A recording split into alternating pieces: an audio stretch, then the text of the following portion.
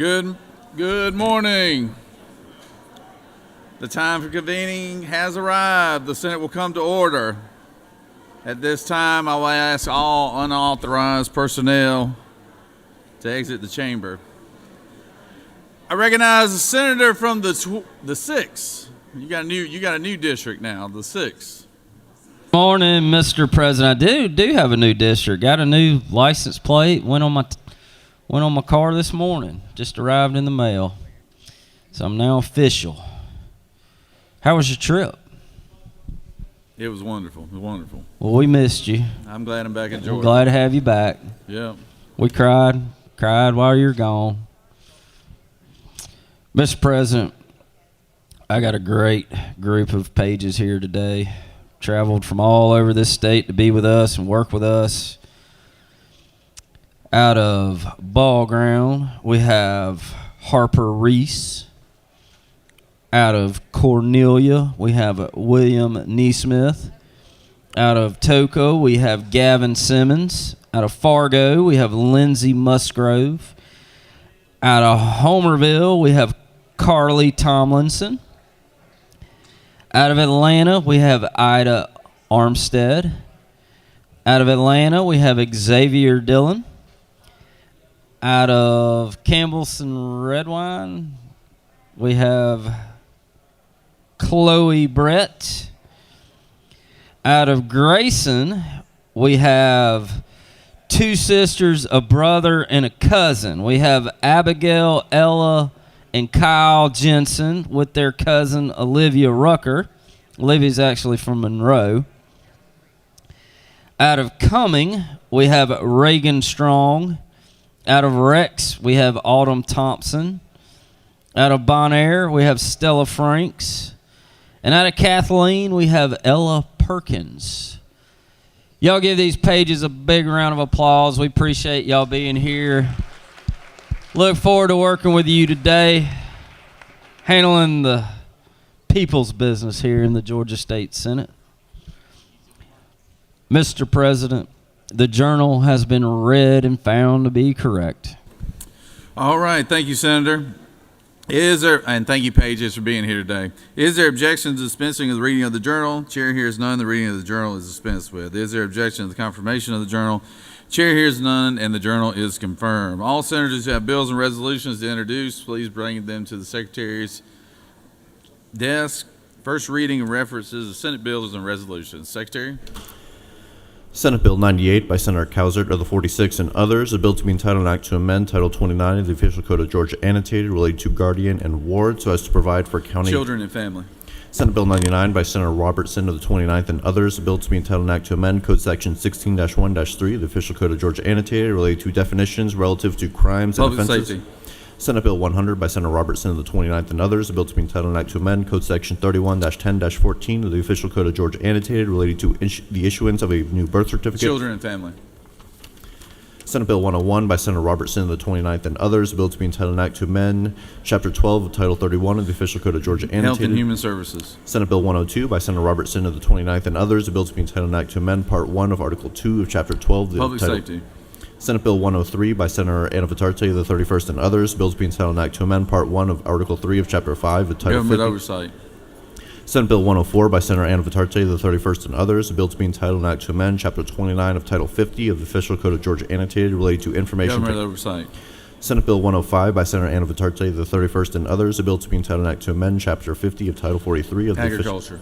Senate Bill 106 by Senator James of the 28th and others, a bill to be entitled an act to amend Article 1 of Chapter 7 of Title 44 of the Official Code of State Georgia. and local government.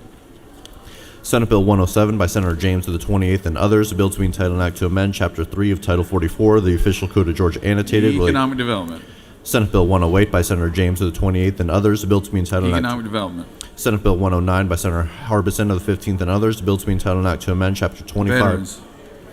Senate Bill 110 by Senator Anna Vitarte of the 31st and others, a bill to be entitled an act to amend Code Section 15-11-2 of the Official Code of Georgia annotated related to definition. Children and family. Senate Bill 111 by Senator Albers of the 56th and others, a bill to be entitled an act to amend Title 10 of the Official. Economic development. Senate Bill 112 by Senator Dixon of the 45th and others, a bill to be entitled an act to amend Chapter 1 of Title Regulated industries. Senate Bill 113 by Senator Dixon of the 45th and others, a bill to be entitled an act to amend Title 43 of the Official Code of Georgia annotated related to professions. Health and Human Services. Senate Bill 114 by Senator Parent of the 44th and others, a bill to be entitled an act to amend Chapter 1 of Title 28 of the Official Code of Georgia. Reapportionment. Senate Bill 115 by Senator Islam Parks of the 7th and others, a bill to be entitled an act to amend Code Section 48. Finance. Senate Resolution 141 by Senator Wicks of the 34th and others, a resolution recognizing Senator Valencia as dedicating a road in her honor and for other purposes. Transportation. Mr. President, that completes the order. First reading references to House bills and resolutions. House Bill 5 by Representative Campbell of the 171st, a bill to be entitled an act to amend an act. State and local government. House Bill 6 by Representative Campbell of the 171st. State and local government. House Bill 13 by Representative Corbett. State and local government. House Bill 28 by Representative Cannon of the State and local government. House Bill 29 by Representative Cannon of the 172nd, a bill to State and local government. House Bill 32 by Representative Cannon of State and local government. House Bill 33 by Representative Cannon. State and local government. House Bill 39 by Representative Anderson of the State and local government. House Bill 103 by Representative Smith of 138. State and local government. House Bill 160 by Representative State Smith. and local government. House Bill 174 by Representative Ballard of State and local government. Mr. President, that completes the order. Secretary Reed reports to standing committees. Mr. President, the Senate Committee on Finance has under consideration the following legislation and has instructed me to report the same back to the Senate with the following recommendation. Senate Bill 2, due pass. Senate Bill 47, due pass by substitute, respectfully submitted. Senator Huffstetler, the 52nd District Chairman. Dear Mr. Secretary, pursuant to Rule 2-1.6, I hereby give notice I will introduce a minority report to be read along with the majority report of Senate Bill 47, which was passed by the Committee on Finance on Wednesday, February 5th, 2025. Sincerely, Senator Orrock.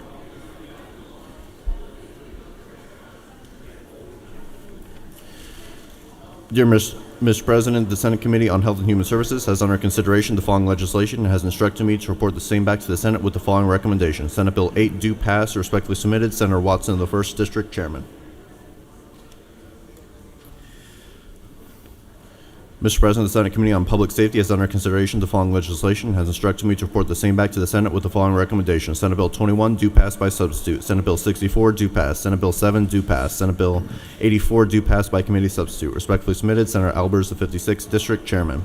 Dear Mr. Secretary, pursuant to Rule 2-1.6, I hereby give notice I will introduce a minority report to be read along with the majority report on Senate Bill 7, which was passed by Public Safety on Wednesday, February 5th, 2025. Sincerely, Senator Halpern. Dear Mr. Secretary, pursuant to Senate Rule 2-1.6, I hereby give notice I will introduce a minority report to be read along with the majority report of Senate Bill 21, which was passed by the Committee on Public Safety on Wednesday, February 5th, 2025. Sincerely, Senator Jones II. Mr. President, the Senate Committee on Rules has under consideration the following legislation and has instructed me to report the same back to the Senate with the following recommendation. Senate Resolution 23, due pass. Senate Resolution 95, due pass by substitute. Senate Resolution 96, due pass by substitute. Respectfully submitted, Senator Brass of the 6th District Chairman. Dear Mr. Secretary, pursuant to Rule 2-1.6, I hereby give notice I will introduce a minority report to be read along with the majority report of Senate Resolution 23, which rules passed out on Wednesday, February 5th, 2025. Sincerely, Senator Jackson. Mr. President, that completes the order. That was long, wasn't it? Secretary will read bills and resolutions for the second time. Senate Bill 8 by Senator Kirkpatrick of the 32nd and others, courts arrest warrant requirements when juvenile courts are acting as courts of inquiry provide. Senate Bill 13 by Senator Summers of the 13th and others, Georgia Environmental Finance Authority, finance and perform certain duties in connection with projects relating to natural gas facilities authorized. Senate Bill 22 by Senator Tillery of the 19th and others, State School Superintendent, Department of Education to publish relevant and applicable federal guidance documents and related information require. Senate Bill 23 by Senator Albers of 56 and others, retirement total percentage of funds that employees' retirement system in Georgia may invest in alternative investments, raise the limit. Senate Bill 35 by Senator Walker of the 20th and others, property insurance policies, notice required to be given a policyholder before the non-renewal of his or her homeowner's insurance policy, increase the number of days. Senate Bill 39 by Senator Tillery of the 19th and others, employees' insurance and benefits plans, expenses for gender-affirming care under the state health benefit plan or with any state funds prohibit coverage. Senate Bill 44 by Senator Watson of the 11th and others, equalization grants, annual calculations and allocations, the definition of the term qualified local school board by reducing the minimum required millage rates revised. Mr. President, that completes the order.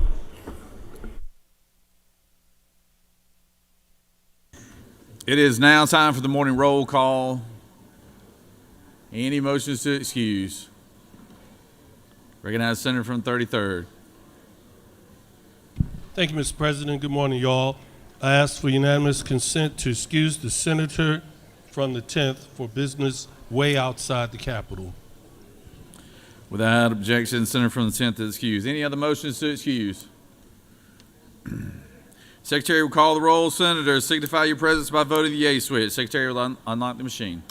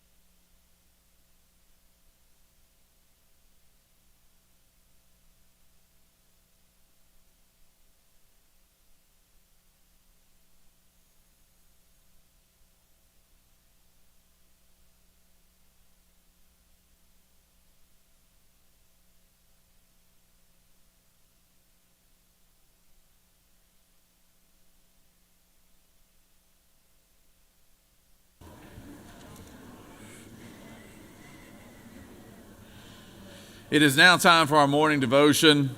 All senators, please take your seats and cease all conversation. I will ask the doorkeeper to secure the chamber at this time. I now recognize the good senator from the 39th to introduce our chaplain of the day and lead us in our pledge. Senator? Thank you. Please join me in the pledge.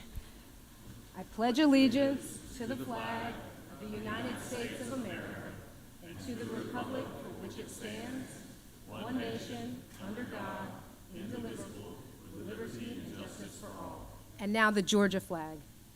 I pledge allegiance to the Georgia flag, to the principles for which it stands, wisdom, justice, moderation, and courage.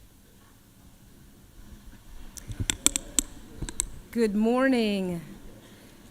It is my great honor to introduce pastor, author, philanthropist, inductee to the National Black College Alumni Hall of Fame, entrepreneur, and two-time Grammy Award winner, Dr. Jamal Harrison Bryant. But more than all those titles, he is a man who has been rooted in his faith since his early years and been at the forefront of ministry and activism for the last 3 decades. Born and raised in Baltimore, Pastor Bryant is a third-generation pastor. He currently serves as the senior pastor of the legendary New Birth Missionary Baptist Church located in Stonecrest, Georgia. He is a Morehouse man, a Duke University graduate, and a doctor of ministry. And above all, he believes in the power of God's word, and his goal is to inspire the masses to grow in their faith, to love thy neighbors, and to serve God. It is an honor to have Pastor Bryant with us this morning. Please join me in welcoming Pastor Dr. Jamal Bryant to the Senate chambers this morning.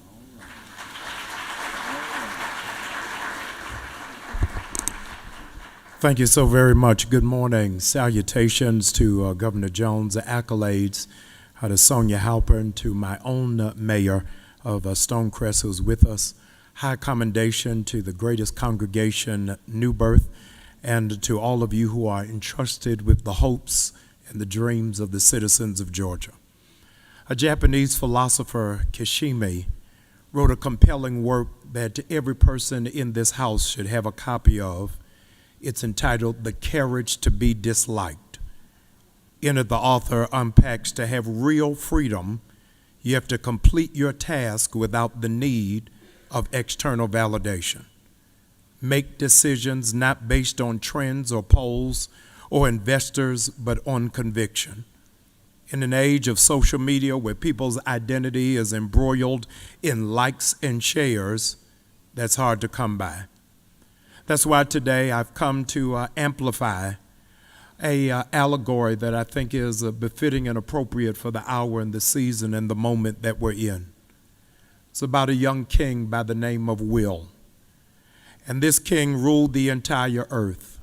Whatever it is that he said came to pass. King Will was popular, he was lauded, he was celebrated, and he was revered. Before King Will made any decisions, he consulted with 3 judges. The first judge was a judge called Reason. The second judge was a judge called Conscience. And the third judge was a judge called Desire. Judge Conscience would always ask, is it right? Judge Reason would ask, is it best? And Judge Desire would ask, is this what I want? The king would consult all 3 and then make a decision. And while this is an allegory, it is a reality because you, lady and gentlemen, are King Will. What it is that you desire comes to the fore whenever you make a decision by casting your vote. The decision that you make will not just impact you, but it'll impact the next generation. We all have a conscience, we all have a reason, and we all have desire. For every piece of legislation that comes across your desk, you have to consult with those 3 judges and ask yourself, is it right? Is it right for children not to have access to free lunch when their parents are barely coming through? Is it right for people to not have a livable wage? Is it right for our veterans to be disproportionately unhoused? Is it right for the penal system to become a code word for mental health? You have to ask yourself for every bill that you confront in this session, is it best? Is it best for all Georgians to create safe systems for undocumented workers? Is it best for the curriculum to be reflective of not just American history, but Black history? Is it best for women to make just 10 cents out of every dollar? Is it best for the majority Black state colleges to have the least amount of funding? And then ask yourself the third question from the judge, is it what I want? Simon Sinek writes a book entitled Leaders Eat Last. Jesus asked of himself in the Garden of Gethsemane, not my will, but his will be done. Put prejudice aside and put Georgia at the center. What's good for Cherokee County should be good for Cobb County. What's helpful to Gordon County should be available in Gwinnett County. And the services offered in Bullock should also be available in DeKalb. Be bold enough to be disliked, even when people in your own party don't agree. Be bold enough to be disliked, even if you don't make the headlines in the AJC. Be bold enough to be disliked, even when your top supporters and givers turn away. People are unreasonable. Forgive them anyway. People will accuse you of ulterior motives. Be kind anyway. You will have unfaithful friends and genuine enemies. Succeed anyway. What you create for others will be destroyed overnight. Create it anyway. The good you do today may be forgotten tomorrow. Do good anyway. For some people, whatever you do in this house will not be enough. That's between you and God, because it was never about them anyway. Let's pray.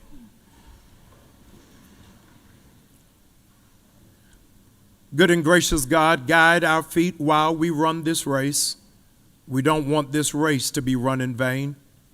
I pray, dear Lord, you'll put in our hands what is necessary to turn and open doors for others who have been locked out.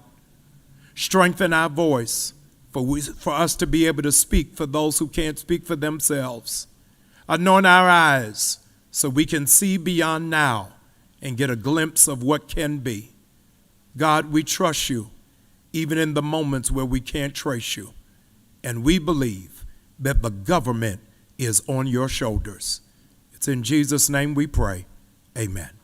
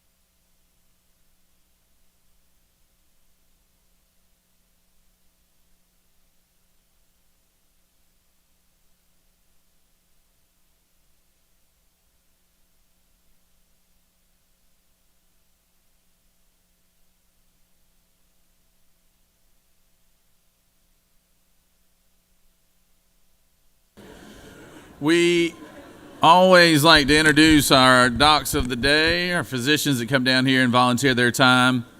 Recognize the senator from the 24th to introduce our doctor of the day. Thank you, Mr. President. It is my honor to be able to present to you the doctor today, a doctor that is tremendously an asset for the Augusta area. Dr. Lamar Homar is a board and certified orthopedic surgeon. She raised in Marietta. She went to Marietta High School, and then she did something very important. She went to the University of Georgia. Go Dogs. Then now she's a professor at the MCG in Augusta. She and her husband, Robert, which Robert is an attorney in the Augusta area, they have 3 beautiful children, 3 daughters. It is my honor to give you the doctor today. All right.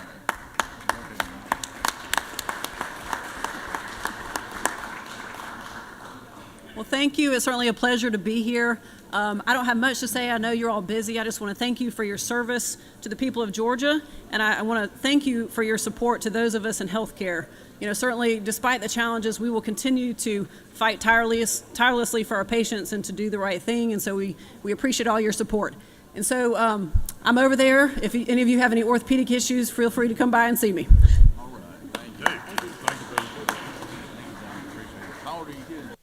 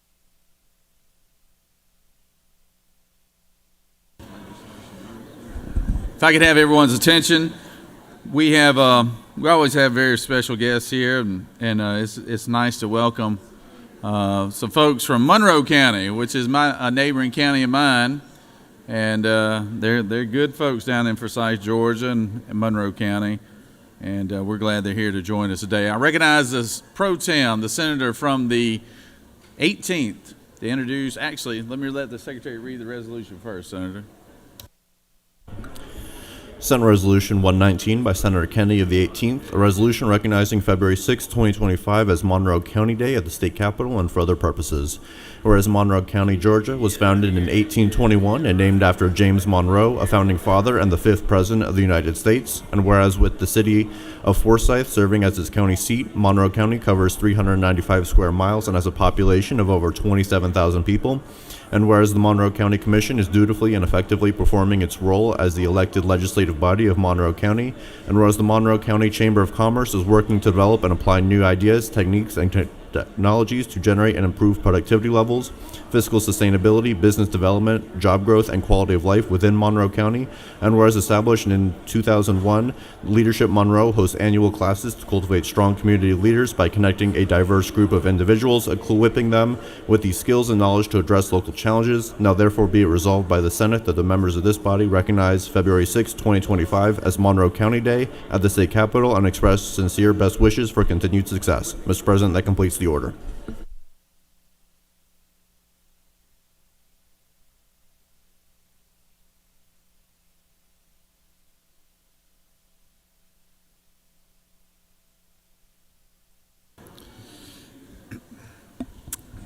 Is there objection to the adoption of the resolution? Chair hears none, and the resolution is adopted. Recognize the senator from the 18th. Speaks to the resolution. Senator. Thank you, Mr. President. Good morning. Welcome. I know it's Thursday, but it's kind of Friday for us, as this is our last legislative day of the week. And it's a real privilege for me this morning. I've got the special privilege of recognizing today, February 6th, as Monroe County Day at the Capitol. It's both a privilege and a humbling experience to stand before you representing the community of residents that continually demonstrate a deep commitment to unity, education, and growth. It's the county that y'all know I call home and where I have raised my family of great people that are great public servants, and some of those are behind me. You know, from the charming streets of Forsyth, Georgia to the roaring Tabalaga River, winding down from High Falls State Park, Monroe County has become the home of breathtaking landscapes and also remarkable leaders who are tirelessly working to shape a brighter future for the community in Georgia that we love. It's with great pride that I recognize some of the exemplary leaders who work hard to make the city of Forsyth and Monroe County as a whole into a very, very flourishing community. Today on the roster behind me, I've got Mayor Eric Wilson. He's the mayor of Forsyth. I've got Joyce White, the executive director of the Development Authority. Mr. Greg Head, he's the chairman of the Monroe County School Board. Mr. Alan Gibbs, he is the Monroe County Board Chair of our County Commission, newly elected. He says he's in the saddle and learning a lot every day and doing good work there. Carrie Swearinger is behind me. She's the 2025 Chair and Board of Directors of the Forsyth Monroe County Chamber of Commerce. And then Melissa Lee is also with us, the President and CEO of the Forsyth Monroe County Chamber. In the gallery, I think we've got some good folks from Leadership Forsyth and other community leaders that may be there. So I am very moved and appreciative that they have chosen to come spend a little time with me and more importantly with you here at the Capitol so they can tell you about Monroe County. And I'm honored to present the resolution. So colleagues, please join me in recognizing Monroe County Day at the Capitol. And before we do that, let me ask, how about the Monroe County Leadership Forsyth folks? Are they in the gallery? Do we have any? If you would stand, do we have any? Yeah, y'all stand up. Let us recognize you.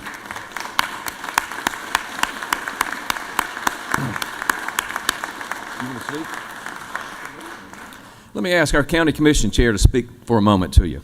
Chair. Good morning.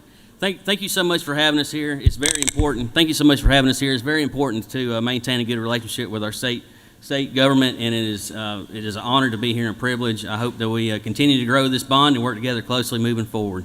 Thank you, Monroe County, for showing up.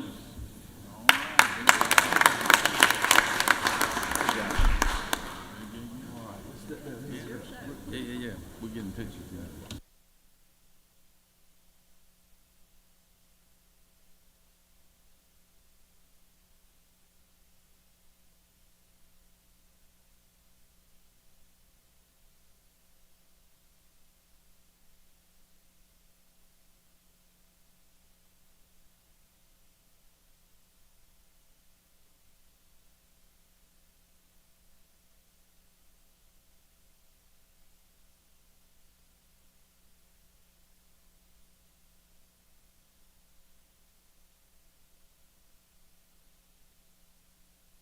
We got a couple more special guests that are not, they're being recognized over in the house right now. So we're gonna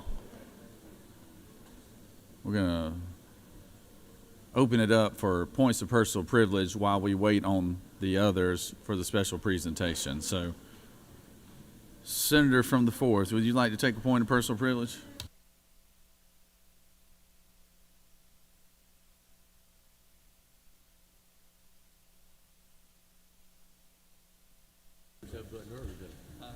I pushed the button earlier. Thank you, Mr. President. It is a great honor for me today to recognize a great group from Statesboro, Georgia. We always, us up here, I know I do, and Joanne, when we have people from Statesboro come up, it always makes us smile. So we got a group, Leadership Bullet 2425. So I see some of y'all right up here. So if y'all would please stand up and let us recognize you, please. Thank you. And I think we all, for my district, Senate District 4, which also includes Evans County, we have a great group of young junior board Chamber of Commerce people here, and I think they may be in the house. But if y'all are in the gallery, if y'all would please stand up, any of y'all.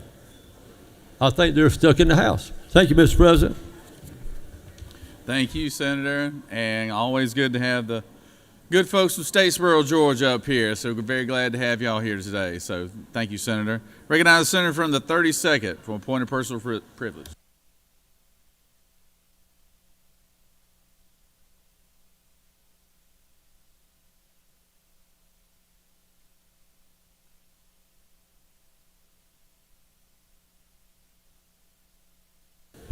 Thank you, Mr. President. I just wanted to recognize another special group that's here today. The dental hygienists of Georgia are here in Mass. And you may have noticed that you've got some things on your desk that will help you maintain your own oral hygiene. And I told you all this last year, but there are a couple pointers about brushing your teeth. One is if you're a senior like me, you can stand on one foot while you're brushing your teeth and improve your balance while you're brushing your teeth. And to know if you've done that long enough, you can hum your favorite happy birthday tune. I prefer the chorus from Jolene. If you do that twice, then you've been doing it long enough. So welcome to all the dental hygienists, and I hope you enjoy your day at the Capitol. I don't know if any of y'all are up there in the gallery. Okay, there they are. Thank you for being here. With that, I yield the well. Thank you. Thank you, Senator. Recognize the Senator from the 49th for a point of personal privilege.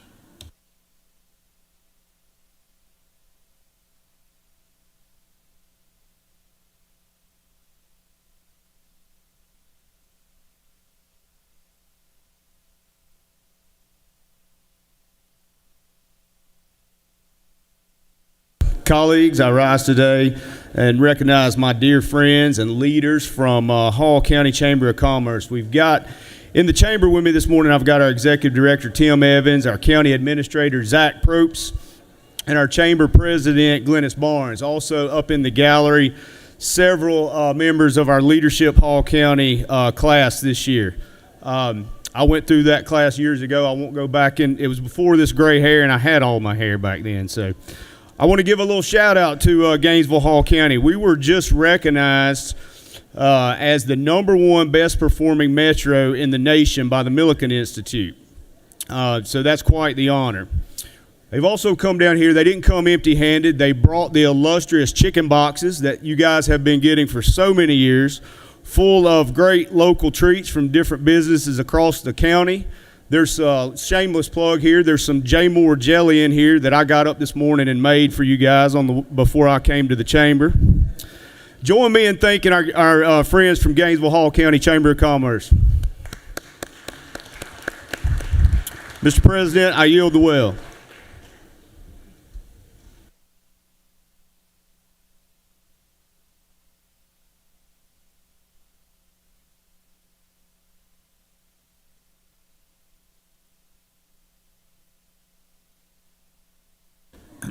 Thank you, Senator, and we appreciate everyone from Hall County being here as well. Recognize the Senator from the 8th, Lowndes County's Man of the Year.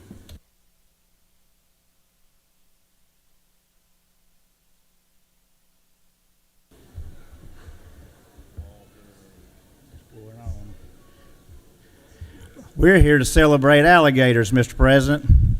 Today is Okefenokee Swamp Park Day. And we want to thank our good friends Kim Betternick and her team for being here. And we're just thankful that the Okefenokee Swamps in South Georgia, it is a gift to our region, it's a gift to the state of Georgia, and it's truly a gift to the world. It's a beautiful place. And I have the lovely Paradise children with me. Lorianne kept them home today because they have been some kind of excited about alligators. And so normally we've had one alligator, but today Miss Kim brought 2 alligators for both of them. And so we've got Charlie and Tommy, Mr. President. And we're not going to say go Gators, though, are we? Yeah, that's right. Well, thank you for what y'all do in our community. And thank you for bringing 2 alligators, one for each of them. And Mr. President, with that, I'll yield the well.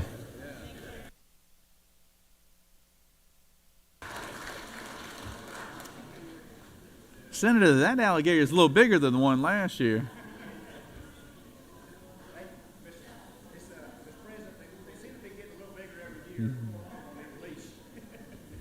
Thank you, Senator.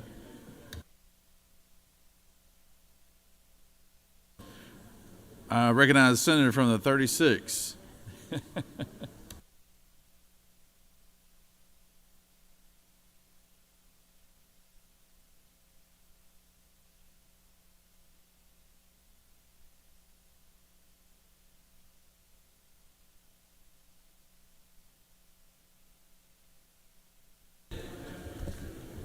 Thank you, Governor. Colleagues. Today we're wearing red for heart health with the American Heart Association, and appreciate everybody doing that. We're wearing blue jeans to honor a longtime colleague here, leader in agriculture, the late John Bullock. So on Happy Heart Day, I hope that we can pause for a minute and try to let our heart lead us as we go into this debate on Senate Bill 1 and House Bill 104, the 2 bills that are moving around the future of our trans kids, a tiny percentage of children here in the state. But hey, all for one and one for all. I'm going to read to you a letter from a Georgia mom whose child is a 12-year-old trans boy. Dear Georgia legislators, in light of the proposed bills, Senate Bill 1 and HB 104, I'd like to tell you a bit about my own child's experience as a transgender kid playing sports. I hope that hearing about what team sports participation means for children like mine can help to give you a closer view into what Georgia children are experiencing. My son has been on summer swim team for 6 years. For the first 5 of these, he competed on the girls' team, as he was assigned female at birth, and he hadn't yet let us know how uncomfortable that felt for him. Last summer, he competed as a boy on the swim team for the first time. I was terribly nervous. Would they make fun of him? Would they accept him? What about bathing suits? He'd been having a hard time with other kids making fun of him at school after he socially transitioned. That is, he started using a new name and pronouns and got a more masculine haircut. And he'd been coming home depressed and wanting to do nothing but shut himself in his room. Would swim team just add to that misery? Last summer swim team, with my son competing as a boy, was an amazing experience. He hung out with the other 12-year-old boys. He was accepted as one of them, seeing who could swim breaststroke faster, learning to swim butterfly, messing around and dumping swim caps full of water on each other's heads. I watched him practice from the parents' area, and I saw my child look free for the first time. I wondered what looked so different from the previous year. And I think it was that he didn't look scared. He looked comfortable. He didn't look like he was waiting for something to go wrong. He was happy and confident. He wore boys' swim trunks and a swim shirt. At swim meets, he looked like all the other preteen boys. I doubt anyone on the other teams knew that he was a trans boy. At practice, everyone knew he was a trans boy because almost everyone remembered him from the previous summer when he had competed for the girls' team and used a different name. They accepted and protected him. If somebody accidentally used the wrong pronoun, a teammate would correct them, saying, "You mean he." The team coach pulled me aside and told me it almost felt like she was coaching a different kid. She said my son was relaxed and happy and didn't object to instructions, wasn't grumpy about boring drills, that my son was having fun, something she hadn't seen in the previous summer swim team. My son seemed transformed by his acceptance and participation with his team. During and after swim season, he spent more time out of his room and with our family. He joked. He smiled. He'd been waiting to belong, for his peers to say, "You're okay as who you are." And they had done that. Then the school year started, and his peers at school were not as accepting. A few of the boys there did not want him to play on the boys' soccer team at recess.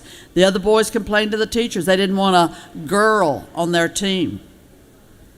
My son came home talking about how he hated soccer, and because of it, he hated school.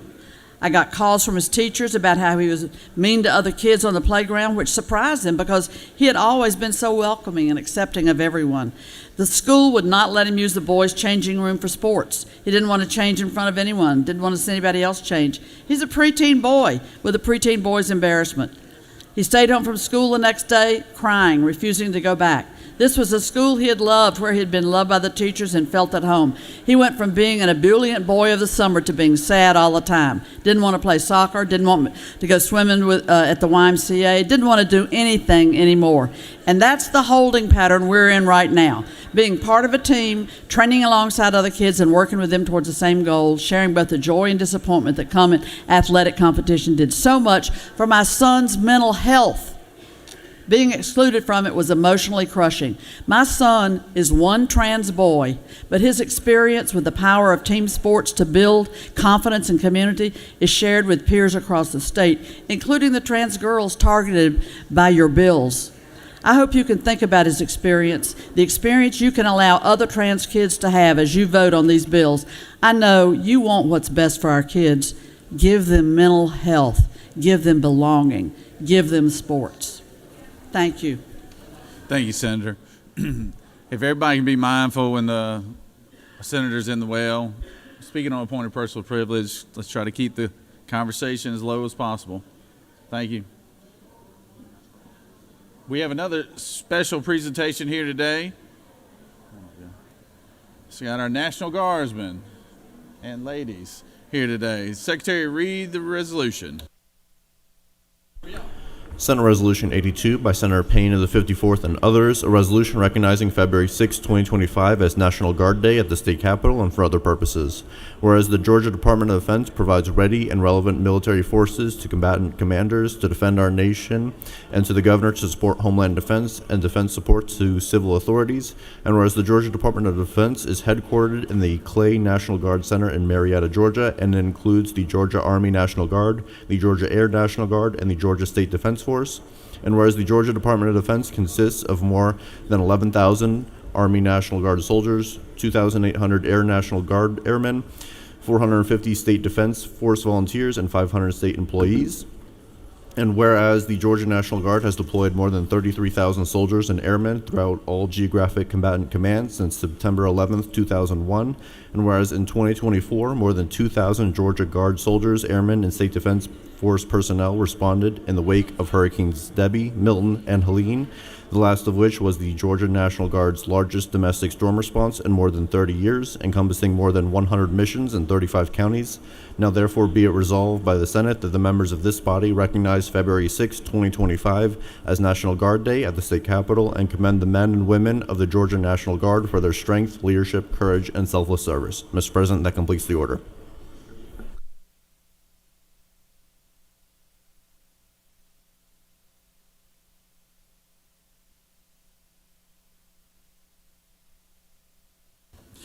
Is there objection to the adoption of the resolution? Chair hears none, and the resolution is adopted. Glad to have the senator from the 54th to speak to the resolution. Senator. Thank you, Mr. President. My friends, it's my honor today to do this resolution honoring the Georgia National Guard. You know, what we're really honoring are those who have the hearts of the liberator, those who have the hearts to sacrifice self to liberate others. It's not something that the military gives you. That's why they put you through all that training at the beginning. They're discerning to find out if you have the heart to run forward when anybody else would be running away. So that's why it's always so very important that we always remember those who serve and those who serve in our Georgia National Guard. Today we have Major General Dwayne Wilson with us, Brigadier General Jason Fryman, Command Sergeant Major John Ballinger, Colonel David Smith, Command Chief Master Sergeant Aaron Dent, and Brigadier General Dennis Watts. And we also have our very own Captain Kay Kirkpatrick. It's my honor to be here today and to present this, and I just tell you that it's we owe a lot to these men and women, and we will always owe a lot to these men and women. I always tell people all the time, when I left the military, I never forgot that another 18-year-old kid stepped in my spot. And even right now, while I'm standing on this podium, there's an 18-year-old kid standing on a wall in a really dark and dangerous region of the world in the middle of the night, and here she's already come to terms with the fact that there could be a sniper's rifle on me right now. Yet he or she still stands there. So you really want to know what freedom is? Go find that kid and ask him why. Because it's more than the want of freedom, it's the hope of freedom. And it's my honor today to introduce you, as we always do, Major General Richard D. Wilson. All right. Thank you so much.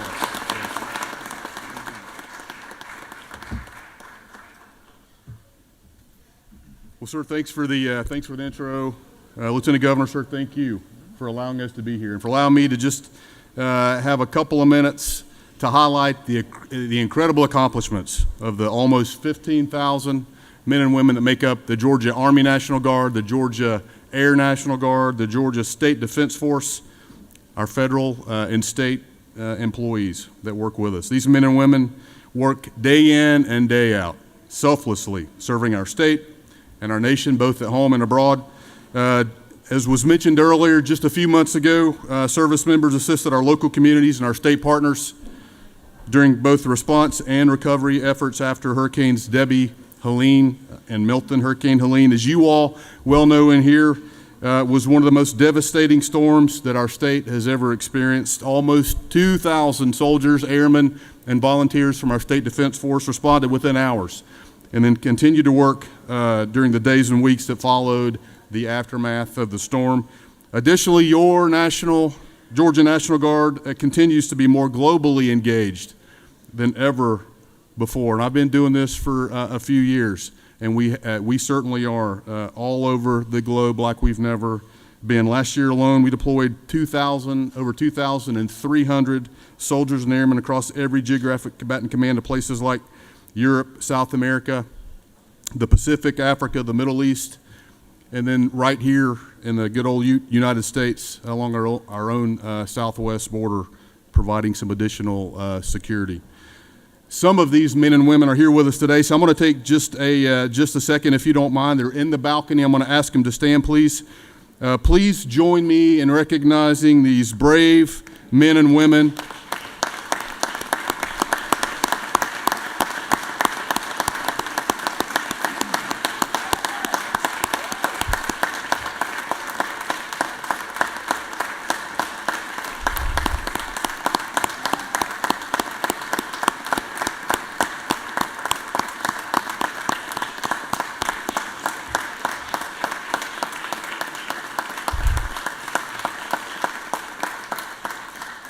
These brave men and women put their own lives on hold each and every day to protect the freedoms that we get to enjoy as Americans. So thank you all very, very much for what you do.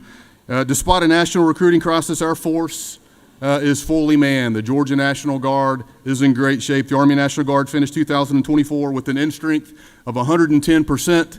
And not everybody does that. Only a couple states were able to do that. The Air National Guard is not too far behind, closing in on 100% of their authorized strength, and they're doing that while they're also transitioning both of their air wings to new missions, both in Savannah and down at Warner Robins. We continue to renovate and modernize our armories across the state. Most of our facilities were built in the 1950s and the 1960s.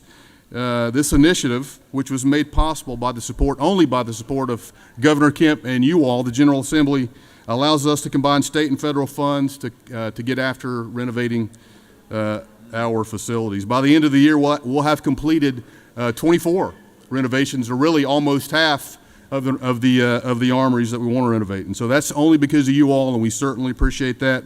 Finally, we were recently selected by both the Army and the Air Force to receive brand new force structure, brand new capability, brand new units, and that's a big deal. That doesn't always happen, and it happens because of the men and women behind me and the folks up in the balcony. But this new capability will include the M10 Booker combat system for the Army National Guard, as well as a new remotely piloted aircraft integration mission for the 116th Air Wing, and then brand new C-130Js for the 165th Air Wing down in Savannah. In fact, we'll pick up the 4th aircraft from Lockheed next month. These new units will keep the Georgia National Guard at the forefront of readiness, modernization, and lethality for the state and for the nation for decades. But we're only able to successfully accomplish all of this because of you all and because of the support that we get. So thank you for all that you've done, all that you're continuing to do for our soldiers, airmen families, civilians that work with us, and also the employers who provide career opportunities for our service members. As we begin 2025, rest assured that the Georgia National Guard is well equipped to successfully navigate any of the challenges that lie ahead. Georgians should continue to take great pride in knowing that the Georgia National Guard, Army, Air, and the State Defense Force is always ready and always there. Thank you so much for allowing us just a couple of minutes to be here this morning. Sir, thank you. Yeah.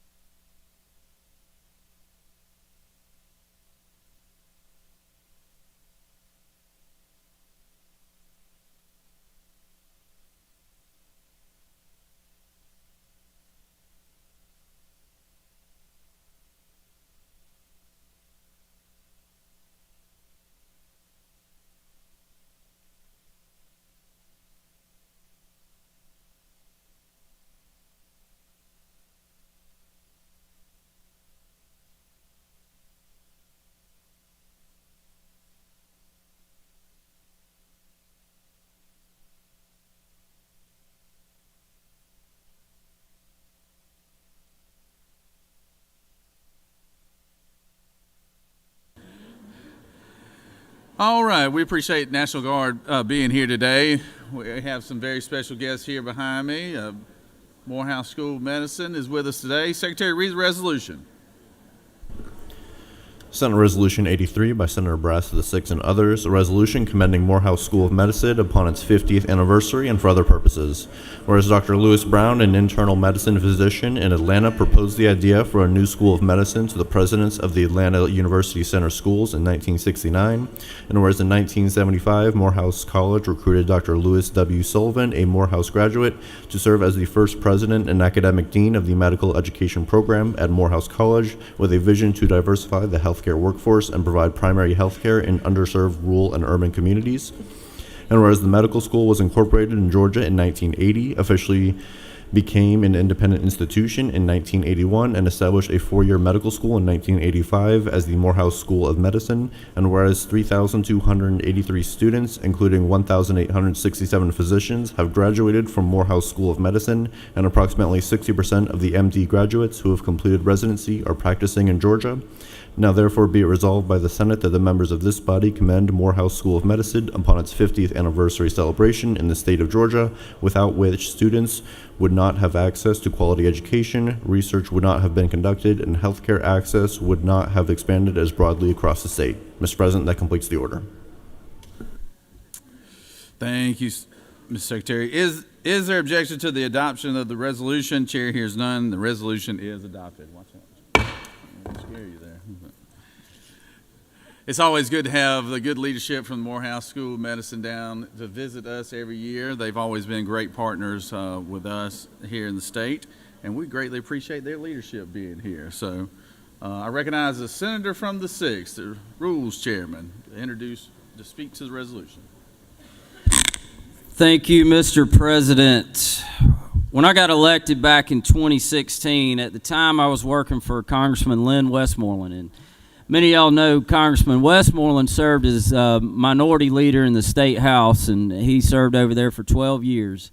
And when I got elected, I asked him, I said, who at the Capitol do I need to go see first?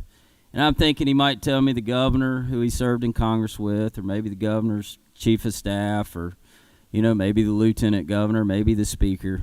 He said, go see Representative Calvin Smyrie. And so that was one of the first people I sought out to go see. And he was already a legend, had been here a long time. Back then, he was a state rep.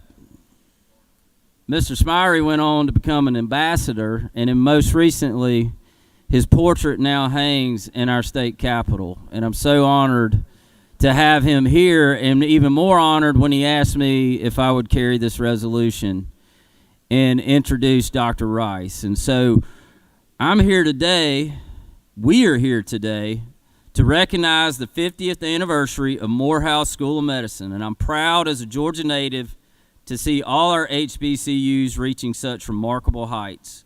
Morehouse School of Medicine has contributed to our great state in so many ways, from training more than 3,200 healthcare professionals to providing top-notch patient care. The medical school began with a very humble beginning as a 2-year program at Morehouse College in 1975, with students transferring to other medical schools for their 3rd and 4th year clinical training. The school became independent from the college in 1981 when it transitioned to a 4-year program, becoming Morehouse School of Medicine and awarding its first medical degrees in 1985. 50 years ago, the members of this body, those before us, did the state of Georgia an incredible service that is continuing to pay huge dividends today by supporting the start of Morehouse School of Medicine. So with that, I would like to invite Dr. Valerie Montgomery Rice, the president and CEO of Morehouse School of Medicine, to say just a few words. She is a Macon native. Dr. Rice is a graduate of Georgia Tech University, Harvard Medical School, and did her residency training at Emory. She is the 6th president and first woman to lead the institution, where she has served as president for the past 11 years. Under Dr. Montgomery Rice's leadership, Morehouse School of Medicine has dramatically expanded its physical footprint, academic programs, research initiatives, and medical student class size. With that, I give you Dr. Montgomery Rice. Thank you so much. Good morning. Good morning. Thank you, Lieutenant Governor Burt Jones, Senator Brass, and the entire Georgia Senate delegation. On behalf of Morehouse School of Medicine, its students, faculty, staff, alumni, and board of trustees, it is an absolute honor for us to be here with you today. I have standing with me our Dean and Executive Vice President, Dr. Adrian Tyndall, Ms. Susan Grant, our Vice Chair of our board, Mr. Keanu Murray, who is the President of our SGA, soon to be Doctor. I think you might know him. One of our longest standing supporters, Calvin Smyrie. Our Chair of our board, Arthur Collins. One of our newest, greatest supporters, you might know him. And I know you know Nan, who has been our champion for so long. Thank you. And we have other with us, Randall Magner, the Senate, with one of our senators. In the stand, though, we have our students, our faculty, our staff, board of trustees. Please stand and be recognized.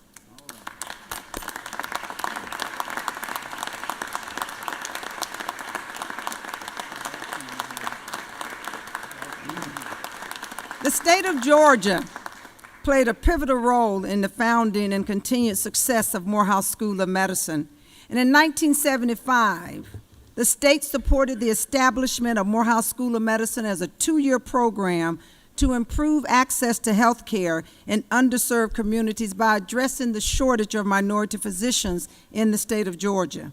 And in 1977, the members of the legislative body made a decision to invest $1 million into this 2-year medical education program that began in a trailer on Morehouse College campus. A few years later, the Morehouse School of Medicine was officially established as an independent 4-year medical program. I am honored to come before you a half a century later to thank you for that financial commitment and the establishment of one of the most successful public-private partnerships to address access to care for the state of Georgia. This body believed in Morehouse School of Medicine, a private school with a public mission, and I am proud to say that we have provided you and the state with an incredible return on your investment, graduating more than 3,200 healthcare professionals, including nearly 1,900 physicians, with greater than 60% of our MD graduates remaining in Georgia to practice in our great state. Over the years, the state of Georgia has provided critical funding, resources, and policy that have allowed Morehouse School of Medicine to grow.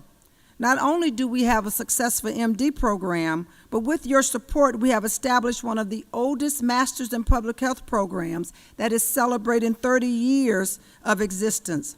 A fully accredited PA program with greater than 80% of those graduates remaining in Georgia to practice. 14 other master's programs, an MD PhD program, and other PhD programs. As well, in partnership with Grady Hospital, the VA Hospital, Children's Hospital of Atlanta, and many others, we have over 200 residents and fellows training in our GME programs. Equally exciting, we have hired our founding dean for our nursing program, which will enroll our first students in the Doctorate of Nurse Midwifery in the fall of 2026. And our first students for the BSMS program will enroll in the fall of 2027. Our decision to start with a doctorate degree in nurse midwifery was not by accident. It was intentional to focus on the severe maternal mortality issues that women in Georgia face during pregnancy.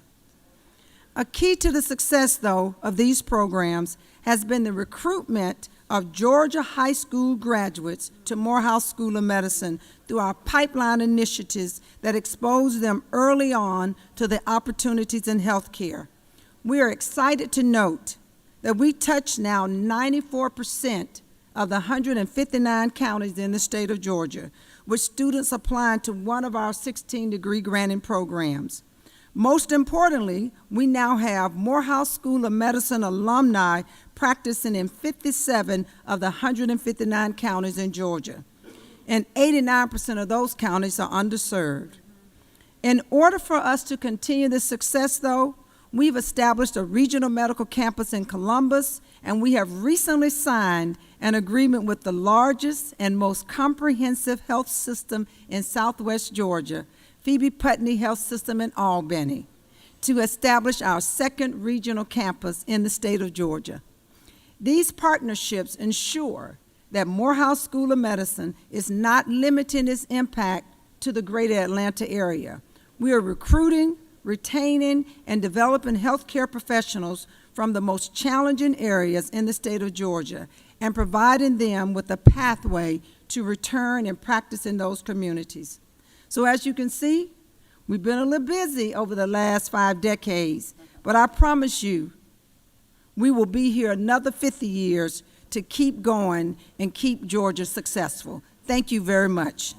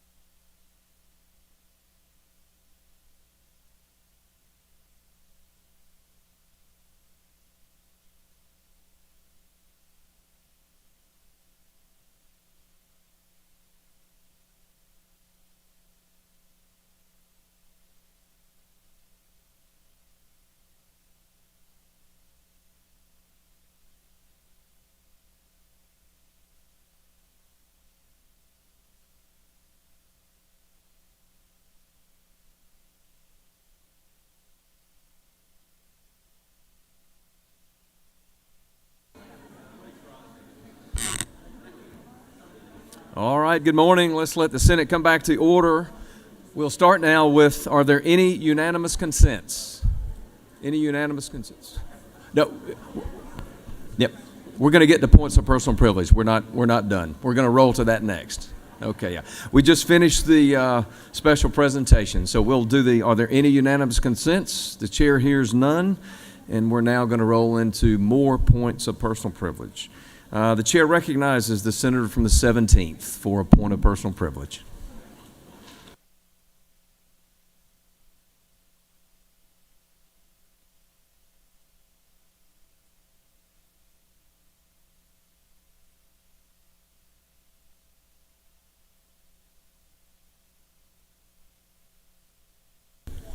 Thank you, Mr. President. Colleagues, I am honored and delighted to acknowledge 2 Chamber of Commerce organizations today, the Clayton County Chamber of Commerce and the Airport Chamber of Commerce. The Airport Chamber of Commerce boasts a 1,200 membership and promotes economic prosperity. The president and CEO that able to lead that organization is Ms. Carmita Scott. Also, the board chair is Mr. Brian Brown. Would y'all please raise your hand so they can see you? Give them a round of applause there. Also, the Clayton County Chamber of Commerce was founded in 1953, dedicated to making Clayton County the ideal place in Metro Atlanta to live, work, and play. As one of the largest business associations in the regions, Clayton County Chamber of Commerce promotes business growth and enhances the quality of life through economic prosperity. Although Clayton County is one of the smallest counties in the state of Georgia at 125 square miles, it is one of the strongest business climates, boasting over 6,000 businesses. It is led by the able president and CEO, Ms. Valencia Williamson. Also, we have with us Ms. Roya Baxter, the vice chair of the Clayton County Board of Commissioners, Commissioner Elena Reeves. The chair of the Clayton County Board of Commissioners, the chairwoman, is Dr. Alika Anderson Henry. And then with the Clayton County Chamber of Commerce, we have the Vice President of Community Development at First Bank with the Clayton County Chamber of Commerce. Please give them a round of applause. If we have others, I know you had to leave and go over to the floppy floor, but if we have others in the gallery, would you please stand? But thank you so much, Chamber members, for being here today. We appreciate all you do for businesses and for the state of Georgia. Thank you very much. God bless.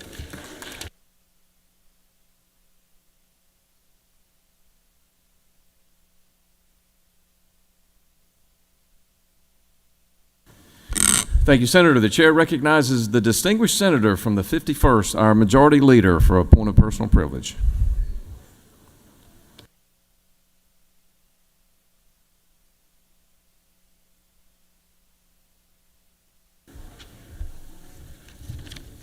Thank you, Mr. President. Good morning, everyone. Today's going to be a busy day, but sometime today you're going to want to have a good lunch. So I'd like to invite you downstairs to the GIFA luncheon. It's going to be in room 230 from noon to 2 o'clock. Now, if you don't know what GIFA is, I would encourage you to get to know them. It's the Georgia Environmental Facilities Authority, especially for those of you that are new to the Senate. GIFA is very instrumental in helping local governments get loans and grants for different projects, mostly infrastructure, water, sewer, recycling, all kinds of environmental projects in your community. So if you don't know the folks from GIFA, get to know them. The executive director is Hunter Hill, who used to be a senator here in this chamber. So please go by and say hello to the folks from GIFA, room 230 from noon to 2. Thank you very much. Thank you, Senator.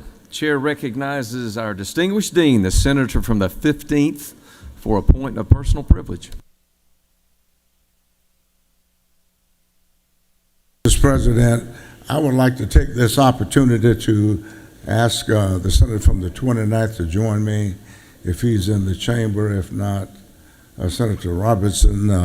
What we would like to do at this time is recognize the Columbus Youth Advisory Council who's visiting us in the gallery today.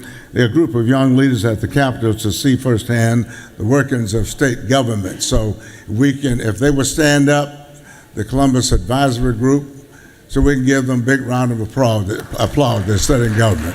Thank you very kindly for your time, Mr. President. Thank you for visiting your capital. Thank you.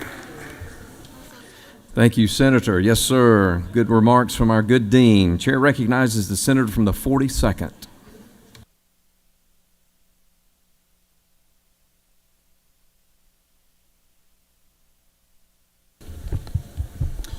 Thank you, Mr. President. Members of the Senate, I rise for two reasons today. First, today is Alzheimer's Awareness Day.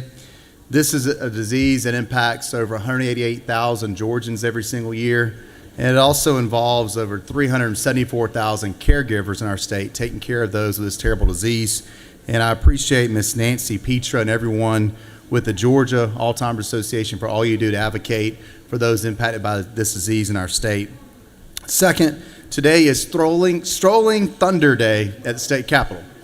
And no, it's not a group of bikers out there. It's a group of parents, working families that are advocating for issues that impact working families in our state. You'll see children out there in the halls, up out here with their parents. We also have folks in the gallery from GEARS, Georgia Early Education Alliance for Ready Students. This group advocates for working families in our state, those with young children, the issues impacting young families, and they've done a lot of work this past year with us looking at the issue of affordable child care, and I'm excited to have their help as we try to address the issue of access to affordable child care in our state, and also happy to have the support of Lieutenant Governor this week as we roll out SB 89, our first big effort in trying to help these families in our state. So with that, I'd like to recognize Mindy Benderman and everyone with GEARS in the gallery. If you will stand if you're still with us. Good to see y'all. Thank you so much for being here. If you all please recognize them for me. Thank you.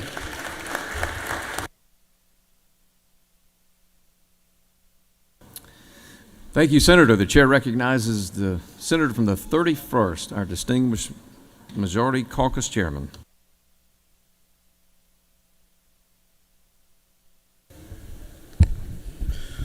Good morning. Thank you, Mr. President. Today we celebrate and honor the birthday and legacy of Ronald Reagan, the 40th President of the United States. Beginning as a sports announcer and advancing to captain in the United States Army Air Force, Governor of California, and President of the United States, President Reagan is a leading example of the undying American spirit. He served as a transformative leader and president from 1981 to 1989. Known as the great communicator, President Reagan continuously instilled a great sense of optimism and spirit into countless Americans during times of fear and despair. Leading by peace through strength, President Reagan modernized the United States military, supported freedom for communities around the world. The President's enduring legacy will continue inspiring millions of Americans to strive for the American dream. Happy birthday, President Reagan. Thank you, Mr. President. Thank you, Senator. Chair recognizes the senator from the 41st.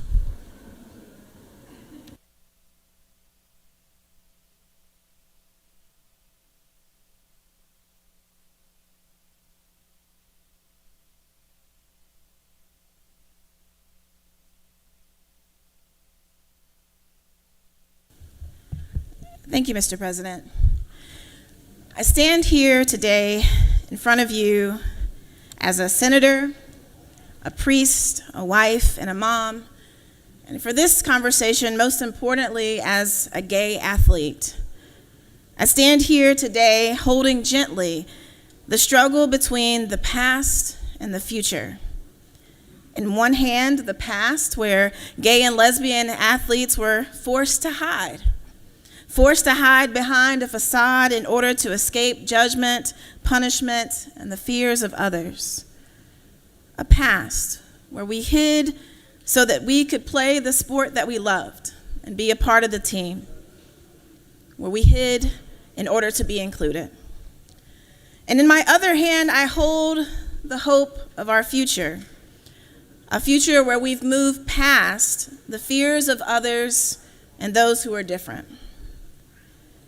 It was a long time before enough people saw that gay athletes like me were not bad guys, that letting gay athletes be a part of a team wouldn't hurt the other girls' experiences. It was a long, slow evolution from fear to acceptance, but we did finally get there. If not quite to approval, then at the very least, more tolerance. Tolerance that giving the different a place on a team did not take away from others. And as with all things, the cycle has returned.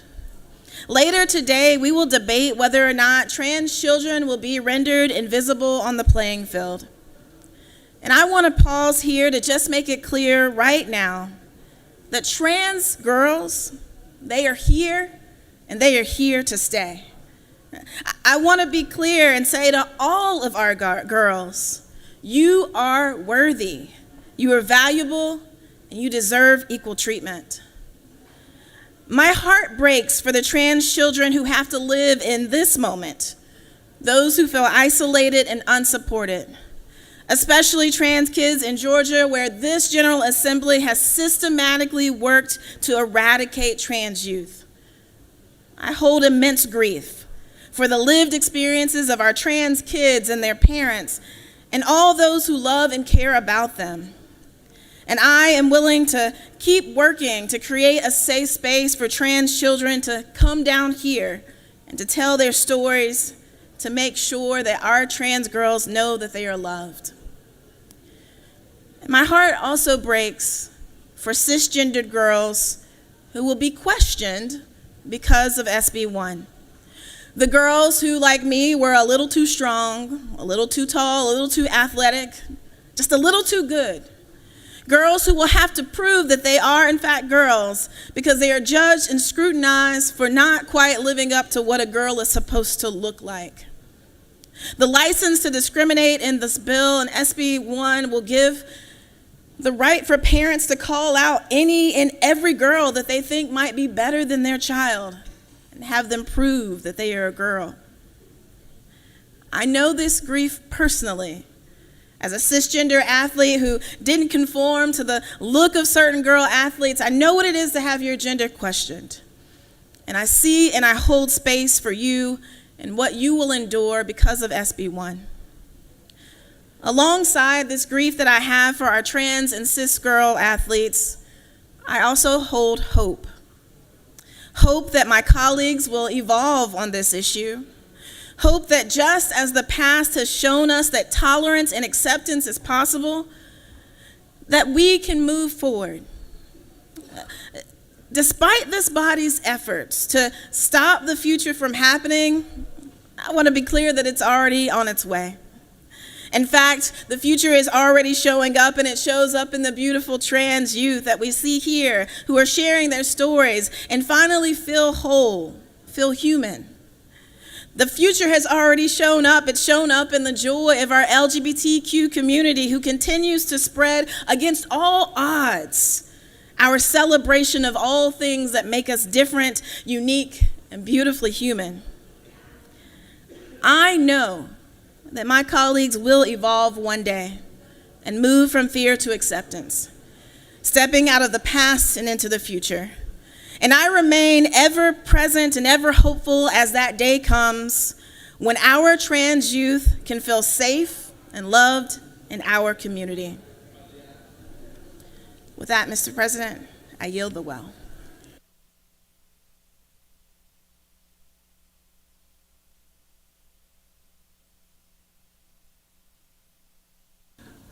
Thank you, Senator. The chair recognizes the senator from the 38th.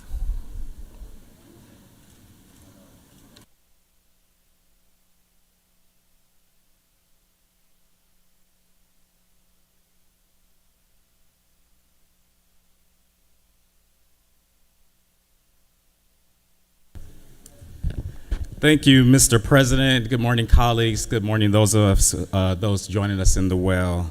I rise today for Black History Month, and I want to recognize James Baldwin, who was a great American literary voice and a very good moral voice back in the early 1900s. Born in Harlem in 1924, Baldwin grew up in a nation that often refused to see the full humanity of Black Americans.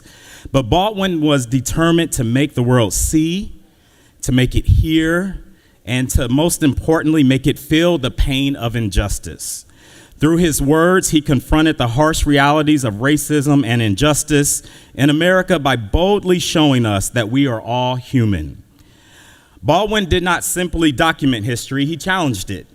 He spoke truth to power with an eloquence and passion that shook the conscience of a nation.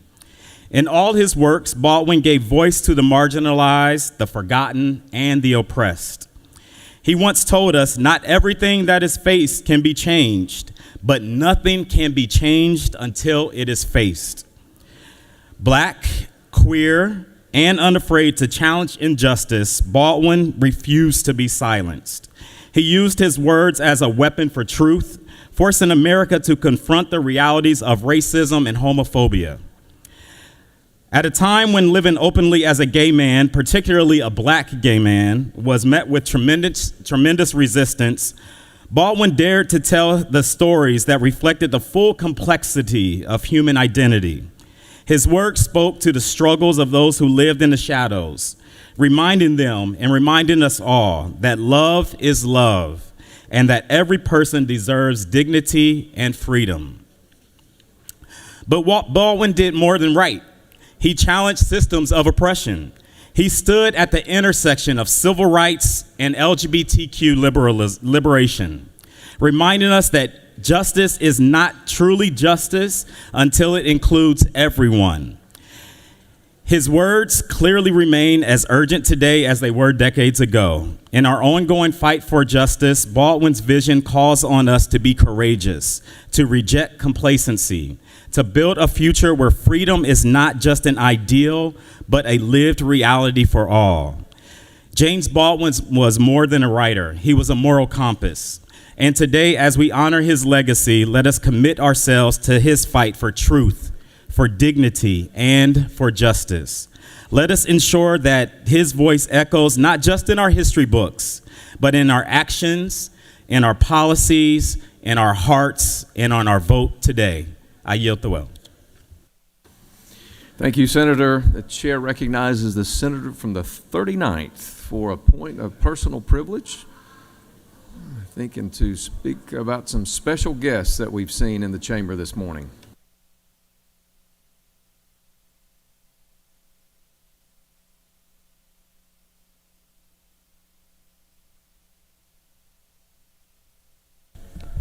Thank you, Mr. President. They're making their way in, but this morning I have the pleasure of recognizing 7 incredible young women representing the Miss Georgia and Miss America organizations. I have with me Anna Kate Robinson, Miss Capital City, Lindsay Jones, Miss Greater Atlanta, Peyton Kristen, Miss Empire of the South, Claire Zhang, Miss Atlanta's Teen, Ansley Rose, Miss Capital City's Teen, Whitney Hartsock, Miss Greater Atlanta's Teen, and Delaney Lanham, Miss Empire of the South's Teen. These young women will go on to compete at Miss Georgia in Columbus in June, and they are also here today representing the American Heart Association in honor of Go Red for Women Day. Thank you for everybody in the chamber wearing red. February is American Heart Month, and as you may know, that heart disease is the #1 killer of women and often presents differently than men. So today, these women, and they are beautiful and smart and talented, but today we are all here to highlight the importance of women advocating and taking care of their hearts through physical activity, healthy eating, being tobacco-free, getting adequate sleep, taking care of mental health, and getting regular preventative care. Join me in welcoming these young women and take care of your heart. Thank you. I yield the well. Thank you, Senator, for those great comments and kind introductions of our special guests. The chair recognizes the senator from the 5th for a point of personal privilege.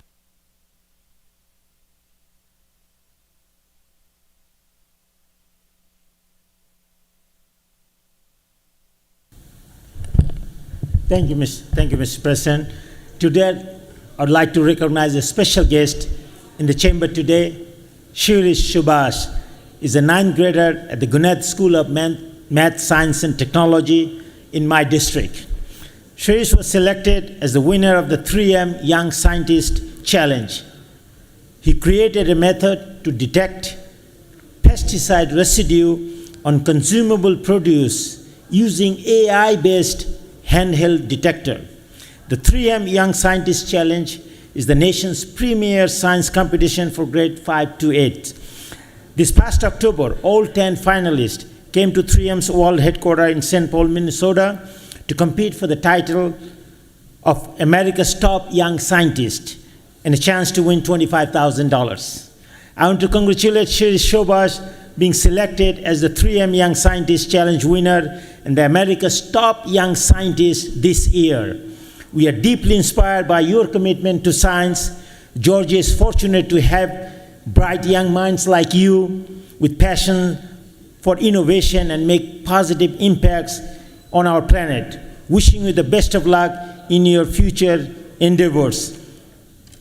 My colleagues, please congratulate my constituency, Shubhas, who is right here. Appreciate it.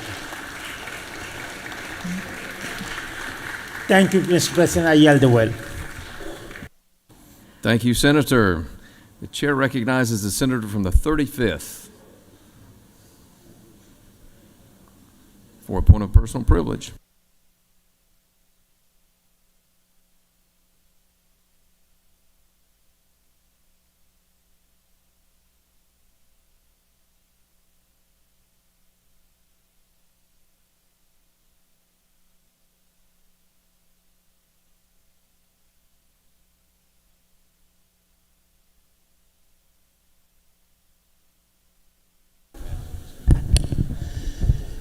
Good morning, colleagues. I rise this morning to speak on an issue that I've spoken to you about before. While many of you are wearing red for Wear Red Day on behalf of the American Heart Association, I wore purple to highlight a cause near and dear to my heart, the fight against Alzheimer's disease. My mom, Linda, is one of over 180,000 Georgians living with Alzheimer's disease, and as we know, it goes beyond those who are impacted. There are also hundreds of thousands of caregivers and family members who are impacted by this terrible disease.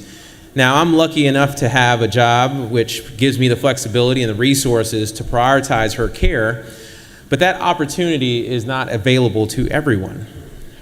For every Georgian living with Alzheimer's, I think about the families who have to work hard to string together resources for their loved one. In Georgia, we do not have enough care to support families caring for aging loved ones. And it is a priority of mine to change that moving forward. Now, fortunately, we have organizations like the Alzheimer's Association there to support those who are impacted by this terrible disease. And I want to take this moment to recognize the outgoing executive director of the Georgia chapter of the Alzheimer's Association, Linda Davidson, who is retiring after 8 years at the helm of the organization and over 30 years serving seniors all across this state. So colleagues, please join me in congratulating Linda Davidson by giving her a round of applause.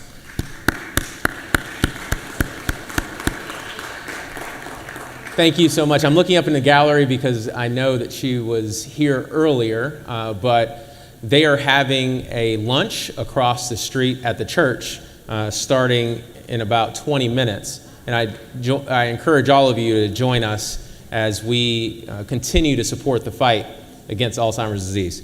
Thank you so much, colleagues, and I yield the well.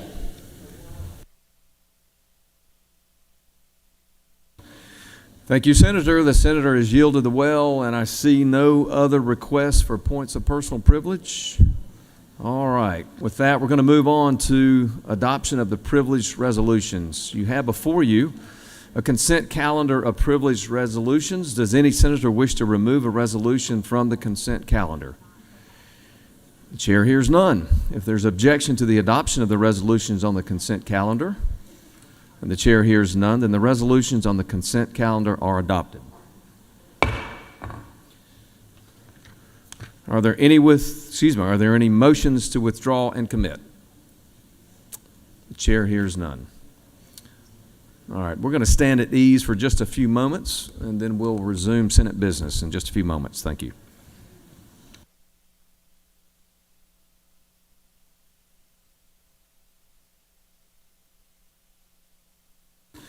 Actually, a little bit of an update. Why don't we, it is 11:45, why don't we take a little break until 12:30, give everyone a chance for a little break and to get some lunch, maybe a short, quick lunch, and then we'll resume at 12:30 p.m. in just about 45 minutes, and we'll get on with the business calendar. And I think we've got a late arrival request for point of personal privilege, and happy to recognize the distinguished senator. Thank you so much. Just want to remind you that at this little tiny break, come on over to the Working Families Caucus meeting for a hot lunch to come back and take up our work at 12:30. Well, you're welcome all. Thank you. And one other amendment to the comments. Thank you, Senator. Pardon me, didn't mean to step over you before you left the well. My apologies. We have lunch in the anteroom for all senators. So take a moment, grab lunch, and if we can, be back in the chamber and in your seats at 12:30, and we'll resume Senate business at 12:30. Lunch in the anteroom. Thank you. We stand adjourned. Excuse me, no, we stand at ease. Pardon me, we stand at ease.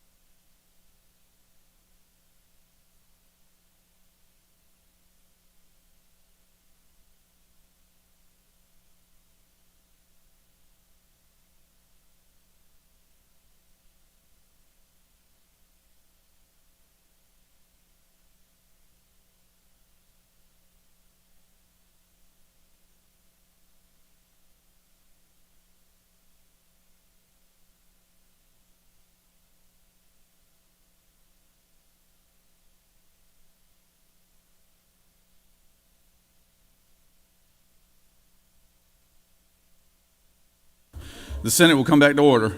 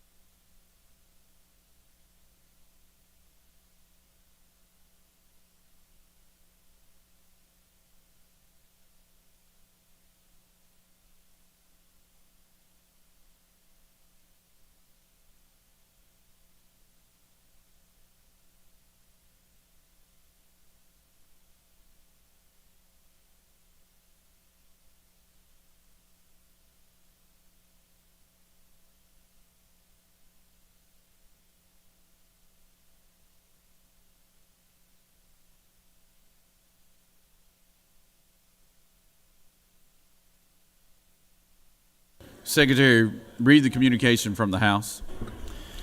Mr. President, the following message was received from the House through Mr. Riley, the clerk thereof. Mr. President, the House has passed by the requisite constitutional majority the following bill of the House. House Bill 67 by Representative Burns of the 159th and others. A bill to be entitled an act to amend an act making and providing appropriations for the state fiscal year beginning July 1st, 2024 and ending June 30th, 2025, known as the General Appropriations Act. Act Number 709, so as to make, provide, and change certain appropriations for the operation of the state government and its departments, boards, bureaus, commissions, institutions, and other agencies, and for other purposes. That completes the order, Mr. President. That's the amended budget from the House, and we appreciate them, and we appreciate the Chairman Hatchett over there in the House for getting the amended budget to us in a timely manner, and we will assign it to our Appropriations Committee, chaired by our distinguished gentleman from the 19th. So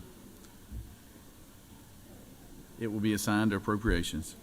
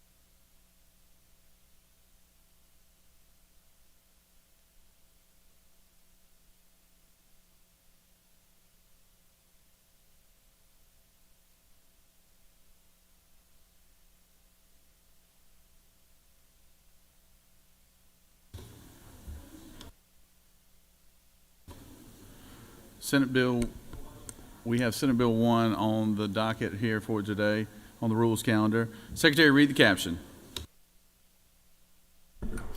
Senate Bill 1 by Senator Dolezal the 27th and others, a bill to be entitled an act to amend Title 20 of the Official Code of Georgia annotated related to education so as to provide generally for competitively fair and safe student participation in middle school, high school, and college sports, to promote fair and safe competition, to promote for equal athletic opportunities and safety, to provide for specific designations of teams operated or sponsored by local school systems, public schools participating in private schools, and post-secondary educational institutions in the state, to prohibit males from participating in interscholastic and intercollegiate competitions on teams designated as female, to prohibit females from participating in competition on intercollegiate teams designated as male, subject to exceptions, to provide for related matters, to repeal conflicting laws, and for other purposes. Mr. President, the Senate Committee on Education and Youth recommends that this bill do pass by substitute. Respectfully submitted, Senator Hickman of the 4th District Chairman. Mr. President, the Senate Committee on Education and Youth offers the following substitutes to Senate Bill 1, a bill to be entitled an act to amend Title 20 of the Official Code of Georgia annotated related to education so as to provide generally for competitively fair and safe student participation in school and college sports, to provide for legislative findings and intent, to provide for a short title, to promote fair and safe competition, to provide for equal athletic opportunities and safety, to provide for specific designations of teams operated or sponsored by local school systems, public schools, participating private schools, and post-secondary educational institutions in the state, to prohibit males from participating in interscholastic and intercollegiate competitions on teams designated as female, to prohibit females from participating in competition on intercollegiate teams designated as male, and for other purposes. Mr. President, the minority report to Senate Bill 1 has been attached. That completes the order, Mr. President. Recognize the senator from the 27th to speak to the bill.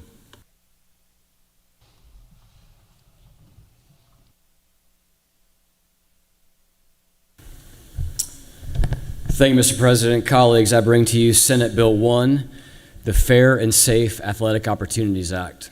What I'd like to do is address this from a high level and tell you why I'm bringing this bill to you today, give you a little bit of background, then specifically walk you through the bill. Then I'd be happy to answer any questions on the bill, and I'm sure there are other people that want to comment, so I will also get out of the way and get out of your way and let you guys come and comment on this as well. Back in 1972, Congress passed a monumental act that we now kind of think of as being pretty commonplace, but it was monumental at the time. Title IX ended sex discrimination for education programs. At the time, it did nothing for sport. It was not until the Javits Amendment, until 1974, that sports were added, and it clarified and stated into code that for non-contact sports, that the regulations would allow schools to offer sex-specific athletic teams, but for both sexes. So think volleyball. For contact sports, think football, the schools could offer one team for one sex but not the other, but they then must provide, quote, equal athletic opportunities for members of both sexes. Title IX fundamentally changed the landscape of female sports. Prior to the passage of Title IX, about 5% of female high school students participated in sport. Today, that number is approaching 40%. So we have seen a significant increase in the amount of females participating in sport. The recognition of female sport is important, because without a boundary around female sport that excludes male advantage, males would dominate every major sporting competition. And I'll get to that in just a second. The purpose is to include females by excluding males. That is part and parcel to the mere existence of female sport. You know, we see a lot of anecdotal data around this in real life, and I thought it might be interesting to bring this anecdotal data down to the Georgia level and then talk about some of the raw scientific data. I looked at the Georgia High School Association track and field championship from last year, compared male times to female times, compared male distances and things like the shot put and the high jump and height and high jump. In every single event across the entire competition, the female champion, the best female in her event, would not finish in the top 16 for boys. The 100, the 200, the 400, the 1800, the 1600, the 800, high jump, pole vault, shot put, in every single one of these events. If it was open and inclusion was the primary value, it would be dominated by males. But for the reality that we have female sports, we had 16 females that were all state in the female competition. To maybe even draw a more distinct line to this, a lot of you know the name Allison Felix. She's a superstar. She's the only woman that has won 6 Olympic golds. Catch this. Her personal best time in the 400 is 49.26 seconds. Last year's state champion, high school level, not Olympian, from Buford, beat that time by 4 seconds. And for those of you that know anything about these races, 4 seconds is an eternity. These usually down to the hundredths or tenths of a second. Every single year, males in high schools around America, hundreds of them beat that world record time that Felix has. Last year, if Felix brought that 400 time just here to Georgia and ran against the boys at the high school level, she wouldn't have finished in the top 8. Wouldn't even have been in the final heat. Some of y'all probably know the name Matthew Bowling. He just got done running at Georgia. Actually was kind of made famous because Kirby Smart had him come out to a football practice and show up for a race against some of the football players. In high school, Matthew ran the 100 meter in 9.98 seconds, half a second faster than FloJo's world record time. Again, half a second in these sports is an eternity. So let's talk about what drives this. What are the biological reasons why we see these differences in athletic performance? We know that men go through a process in puberty where our bodies are flooded with androgen, various forms of androgens, testosterone, DHT. Androgen literally means, andro, male, gen, making. It is these male-making chemicals in our body that cause us to have these differences. Those chemicals are present at birth. They're actually present in the womb, but they go crazy during puberty. Females, adult females, on average have 52% of the upper body strength of males. So they're about half as strong. They have 66% of the lower body strength. They have 45% less lean muscle tissue in their biceps, 41% less in their elbow flexors, 33% less in their thighs. A lot of you that have done running sports know about VO2 max. The VO2 max for females is about 20% less than males, which is why you see some of these differences even in the distance sports. When you look at world record weightlifting competitions, a 66 kilo male has the same weightlifting numbers as a 91 kilo female. Even when we look at males and females who are the same mass, we can see differences in their performance. I think that there's 3 competing interests as we look at what we do in terms of putting this boundary around female sport to exclude male advantage. There's an inclusion consideration, there's a safety consideration, and there's a fairness consideration. And some of you have already come to this well today and argued that you think that inclusion is the top value. And I think that inclusion is a factor that we should think about. Inclusion is important. But I don't think it's as important as safety. And nor do I think it is important as fairness.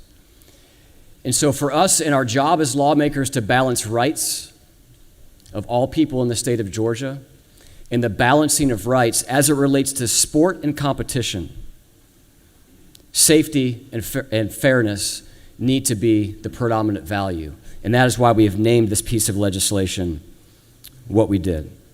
I want to take a few minutes to walk you through the bill and talk about what it does, and I'll be happy to answer any questions. Starting at lines 59 in the bill, we define female and male, and we define them based on reproductive potential. Line 116 to line 131 is the core of the bill. I'm going to read some of this to you just so we can understand what we're doing here. For all interscholastic competitions, each covered entity shall designate each team operated or sponsored by such covered entity as one of the following: male, female, or co-ed. By the way, the key there is interscholastic competitions. I won't jump ahead to my rebuttal of the minority report, but it really gets to the heart of the second claim in the minority report about five-year-old t-ball. Five-year-old t-ball is not interscholastic. Line 121, males shall not be allowed to participate in any interscholastic competition on any team that is designated as female. And females shall not be allowed to participate in any interscholastic competition on any team that is designated as male, provided, however, that females may be allowed to participate in an interscholastic competition on a team that is designated as male if a corresponding team designated for females is not offered or available for interscholastic competition. I'm going to point you back to Title IX and the differences in Title IX between contact sports and non-contact sports. So what this recognizes is that you may have perhaps, there was a college kicker who was female a couple years ago that competed at the Division I collegiate level. This bill would allow that to happen because we recognize you may not have identical sports for those contact sports, yet still be complying with Title IX.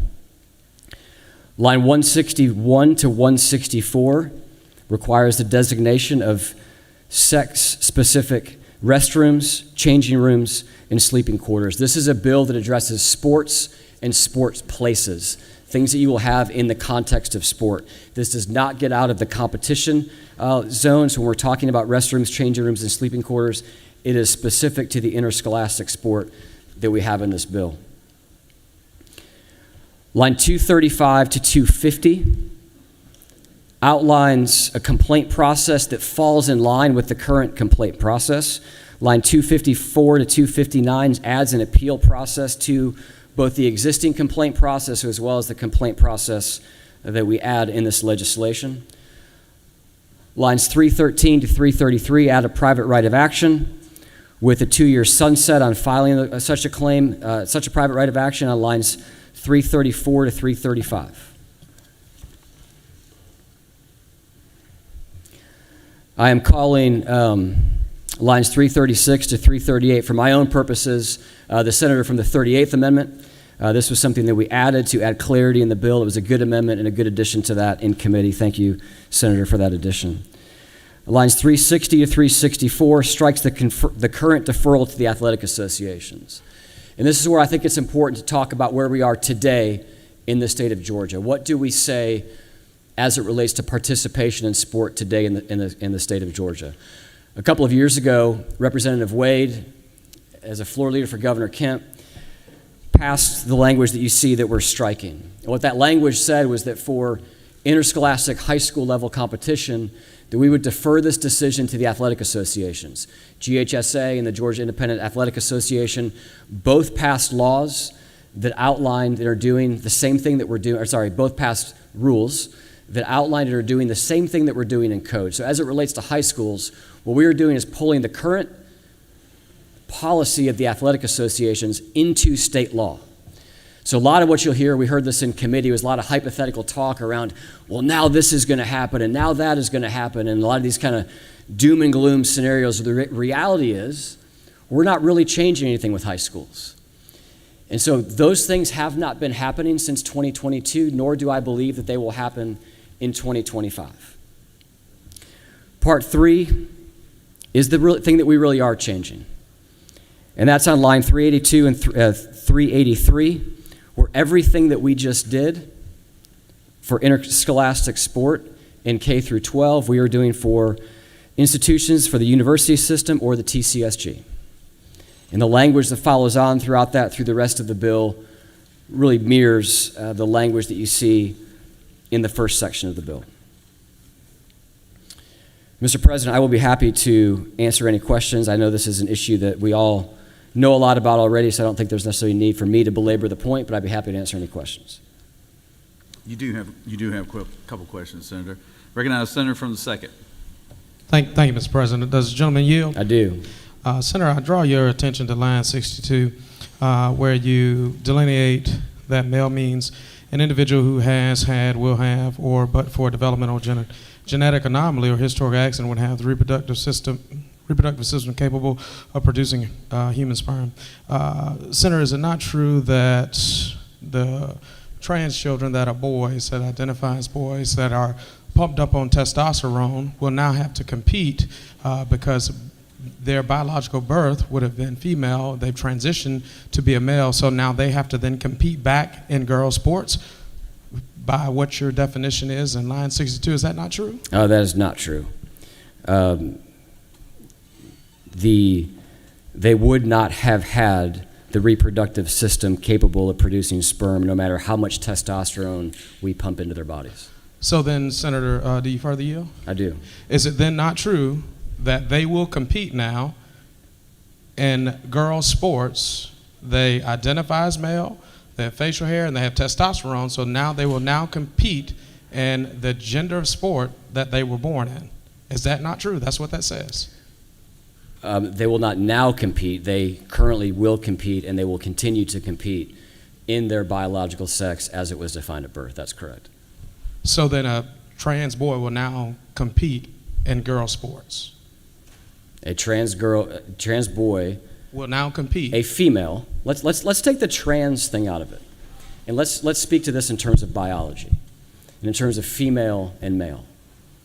Females will compete in female sport, and males will compete in male sport. I believe there are other bills that currently do address or will address the puberty blockers or even the injection of testosterone. That's not what the core of this bill discusses or contemplates. I think we may see some downstream changes that might even change the reality of the potential for what you're talking about. But this bill is ensuring that we have females in female sport and males in male sport. We also, in the collegiate level, the NCAA yesterday, actually Charlie Baker came out and talked about there is now a clear national standard with the executive order that was signed. The idea of testing for EPO in the case of cycling or even testing for testosterone is not foreign, and so you may continue to see that continue as well. As you know, Senator, the NCAA has really had two separate policies.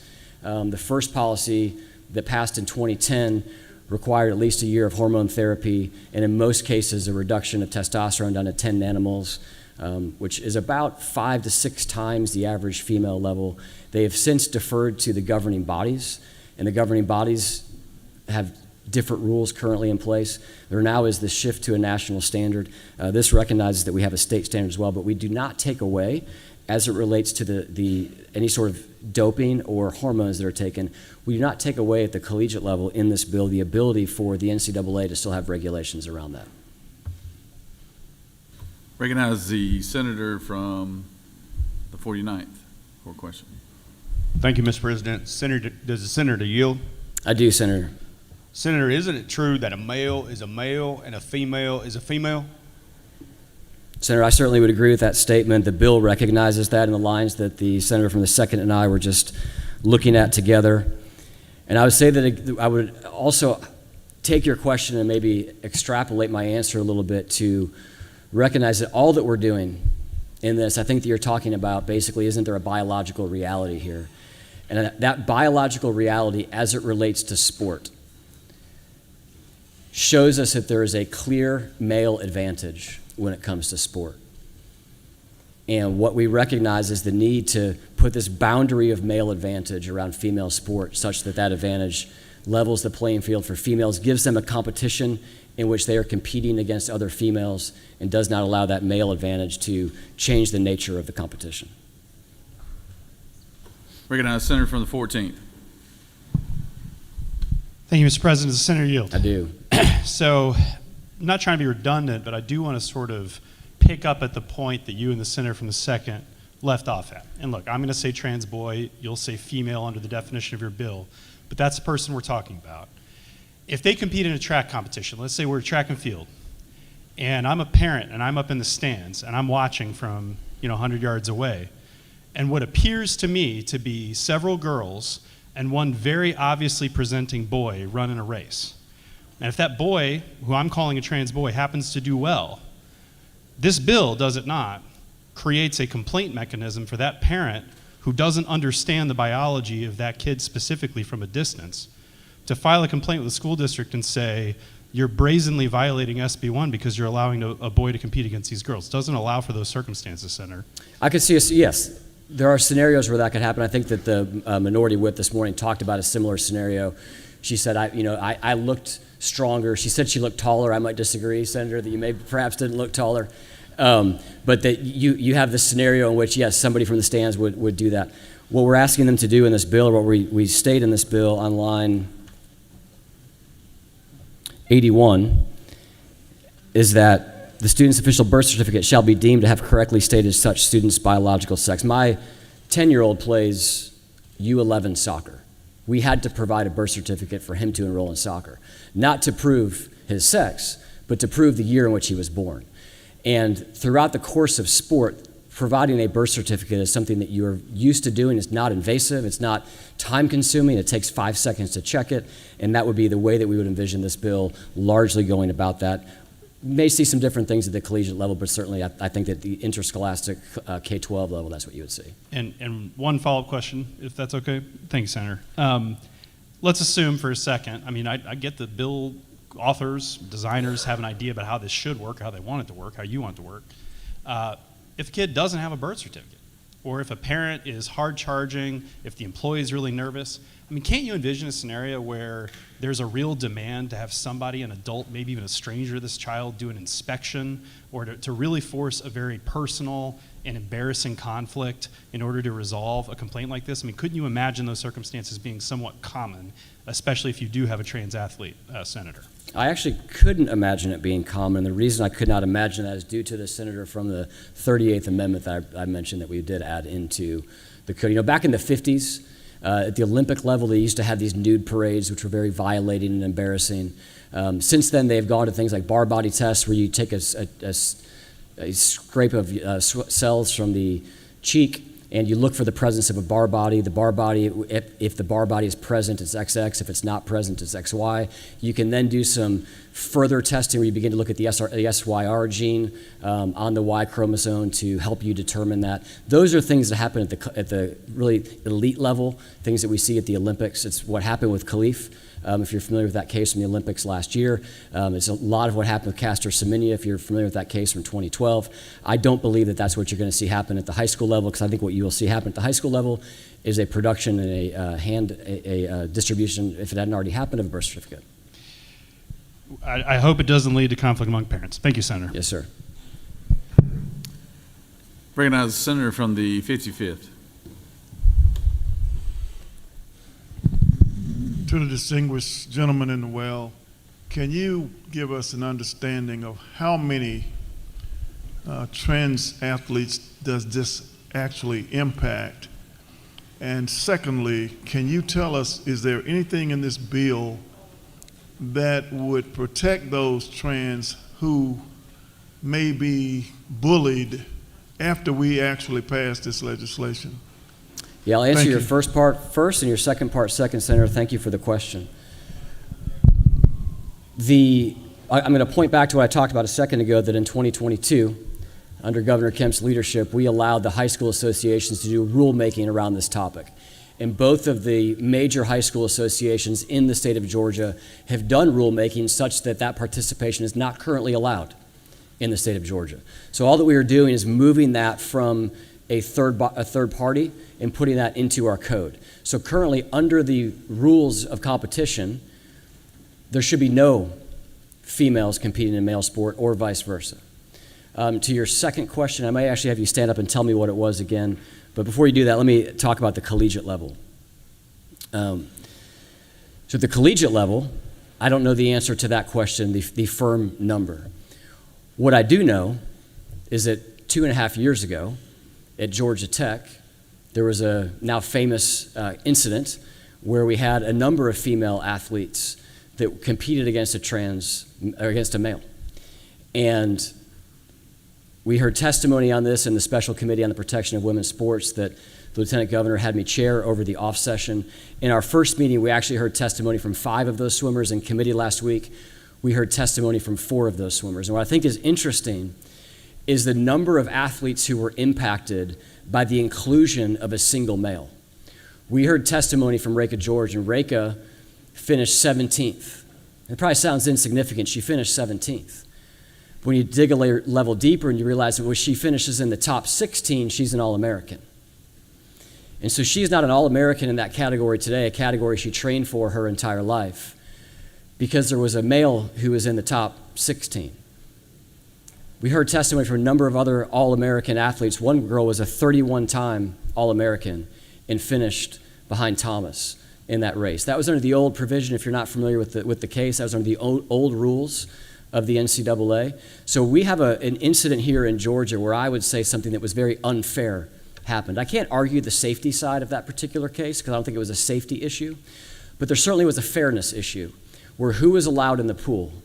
And in that particular day, someone who 3 years prior had swam for the University of Pennsylvania men's swim team, swam for the University of Pennsylvania women's swim team, stood on the podium in a number of events and was an All-American in a couple events. And I would say that we actually had bipartisan support in committee that was something that would be unfair in terms of the advantage. Can you remind me of what your second question was, Senator? Thank you. So am I correct, though, that that person is now currently excluded from participating? Is that what you're saying? So in 2026, I believe, when the NCAA comes back, would that same situation happen? Not under the current rules. Certainly not under the executive order yesterday that President Trump signed. But here's what we know.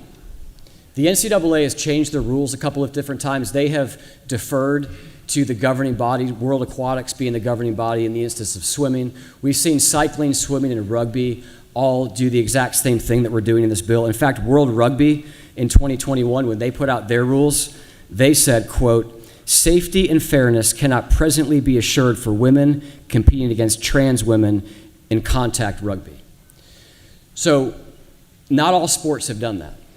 And so what this bill ensures that we have that level playing field, that fair playing field for females in the state of Georgia. As you probably know, Senator, as well, there was an attempt last year by the previous administration to rewrite Title IX such that gender identity was synonymous with gender, and that would have probably opened the door to challenges to bills like this. So I cannot tell you that in 2 years, apart from making these changes, which I believe are necessary, that wouldn't happen. I would also tell you that if you agree that is the correct posture as it relates to sport, that World Aquatics has done the right thing, that World Rugby has done the right thing, that cycling has done the right thing, that you would actually agree with this bill. I didn't get to your second question, though, if you want to answer. My second question was, what atmosphere is being created here? Is there anything in this bill that would prevent bullying of those persons who may identify as trans? It's a great question. I don't think anybody in this chamber would advocate bullying. It's not the intent of this bill to cause anyone to be bullied. I referenced in committee, I have not heard specific stories since we passed since GHSA and the Independent Athletic Association passed their rulemaking. I've not heard of specific instances of bullying to that. If you would like to look at our current bullying statute and maybe come around something that you think would address it, I'd be happy to take a look at that with you as well, Senator. You have no further questions, Senator. Thank you, Mr. President. I yield the well. Okay, we've got 3 amendments that are on your desk. I'm going to have the secretary go ahead and read all 3 amendments, and then we will continue down the column of people who have requested to speak on behalf of this bill. Secretary? Mr. President, Senator Jones of the 22nd offers the following amendment to Amendment Number 1 to amend the Senate Committee on Education and Youth Substitute to Senate Bill 1 by inserting after line 131 the following. 6. The provisions of this subsection shall not apply to a student who identifies as a transgender female and who has not undergone endogenous or naturally occurring male puberty due to the clinically supervised use of puberty-blocking medication at or before the onset of puberty, as evidenced by an affidavit from such student's licensed healthcare provider confirming the administration of such treatment and its effectiveness in preventing the physiological changes associated with male puberty. Mr. President, Senator Jackson of the 41st and others offers the following amendment number 2 to amend the Senate Committee on Education and Youth substitute to Senate Bill 1 by replacing lines 132 through 156 with the following.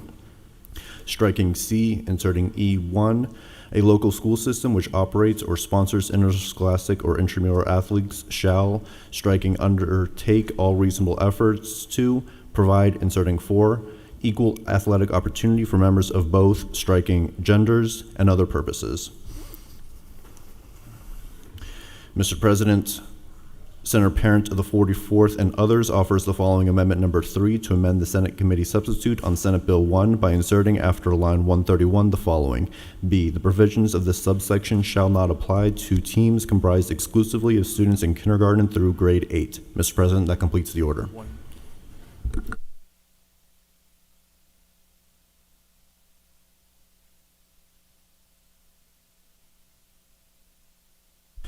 Mr. President, Senator Parent of the 44th offers the following Amendment 3A to amend Amendment number 3 to Senate Bill 1 by striking B on line 3 and inserting 7. Mr. President, that completes the order. Recognize the senator from the 56th to speak to the measure.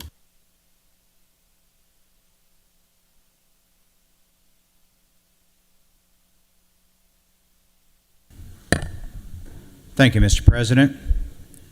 Up in the gallery today, I'm joined by two of my constituents and former neighbors, Lisa and Greg Blankenship. They live in Woodstock, Georgia, and they are parents of a college swimmer. Hear this real-life, real-world impact written from Lisa, Katie's mama. My daughter, Katie, has been a competitive swimmer since she was 5 years old. She fell in love with the sport right away. She swam year-round on a club team up through high school, as well as on the River Ridge High School swim team. Swimming competitively has taught her many skills like time management, mental toughness, how to win and lose gracefully, and setting goals. She also had many special friendships along the way. As a family, we supported her by driving her to early morning practices, attending and volunteering at swim meets, and celebrating her accomplishments. She decided to continue swimming in college at Roanoke College, a Division III school. She started her freshman year in 2022 and had a great first-year experience both academically and athletically. Little did we know that her swim experience was about to change. Just prior to the start of the 2023 season, the girls were made aware that a male swimmer who was on the men's team in the 2021 season didn't swim in 2022 as he decided to start to transition. He decided that he had wanted to swim on the girls' team. The girls were obviously not okay with this and voiced their concerns, which fell on deaf ears. Several of us parents wrote to the school president and athletic director to voice our concerns, but none of us received any response. I even called the athletic director, left a message, and he had the swim coach return my call. Every phone call with Katie revolved around this situation where she shared her frustration that despite numerous meetings with the coach and athletic director, nothing was done to address this. Katie and her female teammates were subjected to practicing almost daily with this boy in a woman's swimsuit. Needless to say, a woman's swimsuit is not designed to accommodate male genitalia. To make matters worse, the boy was substantially faster swimmer than the girls. When he swam on the men's team, he had averaged Division III times. His times would be better than Division I women's teams, which meant if he competed at that level, he would have won and broke all the school records. If he swam in the NCAA ODAC conference meet, 4 women would have been removed from the relays and 3 women would have been removed from the individual events. This was discouraging to my daughter and her teammates.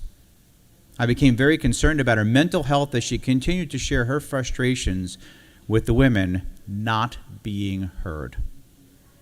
The women were then given the opportunity to have what they were thought to be an anonymous vote on the boy joining the girls' team. At the beginning of the meeting, the coach showed up with the boy, and the boy said that he wanted to join the girls' team and said that if he was not allowed to and something happened to him, it would be the girls' fault. Needless to say, my daughter was very upset about the entire situation. The college did not have a policy on transgender athletes and hid behind the NCAA policy, which does not protect women either. Since the girls and some of the other parents were out of options, 10 of the women banded together, including my daughter, and with the help of Riley Gaines, they went public with their story. On October 5th, 2023, they held a press conference where they stood up together and each one of them shared their story. These women risked backlash from various sources, but in the end, they stood up for themselves and for every female athlete. They were the first women's team to stand up and say it's not okay for men to be in women's sports. The boy left the team, but the emotional trauma had already been done to the women. On Saturday, November 2nd, 2024, President Trump held a rally in Salem. He's a supporter of keeping men out of women's sports, as evident of what we saw yesterday in Washington, D.C. But since that time, the girls have been harassed and bullied by radicals on campus and social media. Let me repeat Lisa, Katie's mom's words. The girls have been harassed and bullied on campus and in social media. The swim team is fractured and the school is siding with the woke community instead of protecting our girls from this harassment. This issue is purely a fairness in women's sports. Allowing a male to compete on a women's team completely devalues women and takes away their confidence and their opportunities. We need to do more to protect women's sports and maintain fair competition. This whole experience has taught both my daughter and me that we need to stand up and speak out. It is sad that our society has lost its way in common sense, and that we need to pursue legislation to protect women's sports. I hope that this testimony will encourage other parents to stand up for our girls. Lisa Blankenship, Katie's mom. Thank you. I yield the well.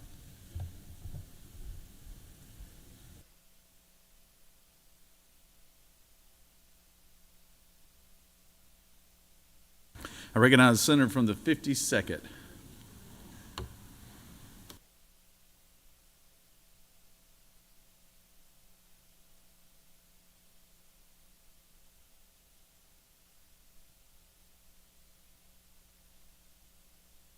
Thank you, Mr. President. As you all know, I rarely get up on issues on this, but I did feel like I needed to speak on this, and I want to preface it with saying my daughter was a D1 soccer player here in Georgia. She had teammates, competitors that were gay. I never saw any bullying, never any judging. We're confusing that issue with an issue of fairness, I think. And I want to speak to one of my constituents there, a lady named Nikki Laley. She's in Cartersville. She actually ran for the school board a few years back. And she had a daughter that in 2023 participated with the Adairsville High School Raiders team. In November of 23, her daughter with her fellow female Raiders team, got to compete in the Raiders Nationals, which were held in Fort Knox, Kentucky. Competing against 250 teams from 38 states, the Adairsville team had an amazing performance. The competitors had to go through a 5K run, an obstacle course, a physical fitness challenge, and cross-country rescue course. Her daughter's team came in second, which was amazing with 250 teams. Then they call the first place team, and that winning team comes on stage with a biological male competitor. At first they were confused, and then they realized that this biological male was part of the female team. The winning team at National gets a 4-year scholarship.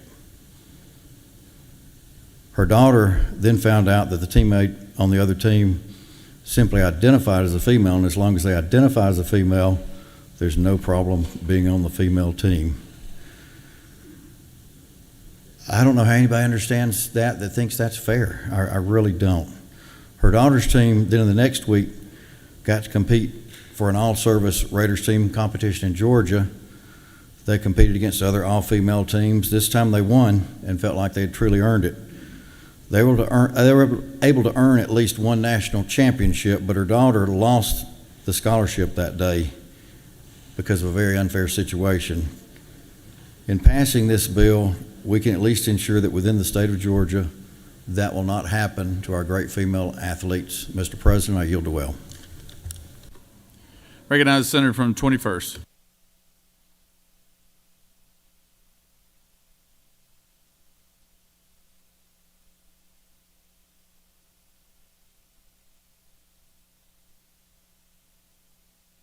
President.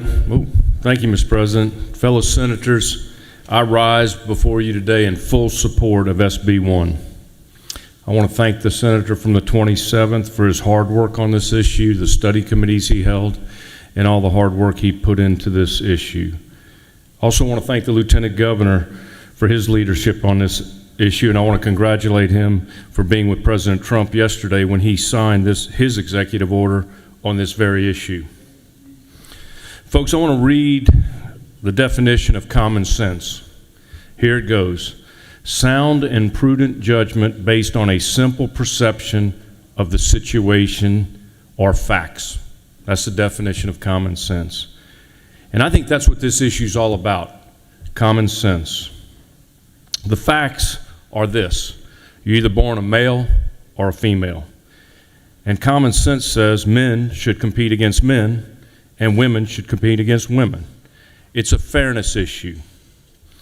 I was a competitive swimmer, and I won against men all the time, but I know I would have had a huge advantage over women. I would have won easily. It wouldn't even have been fair.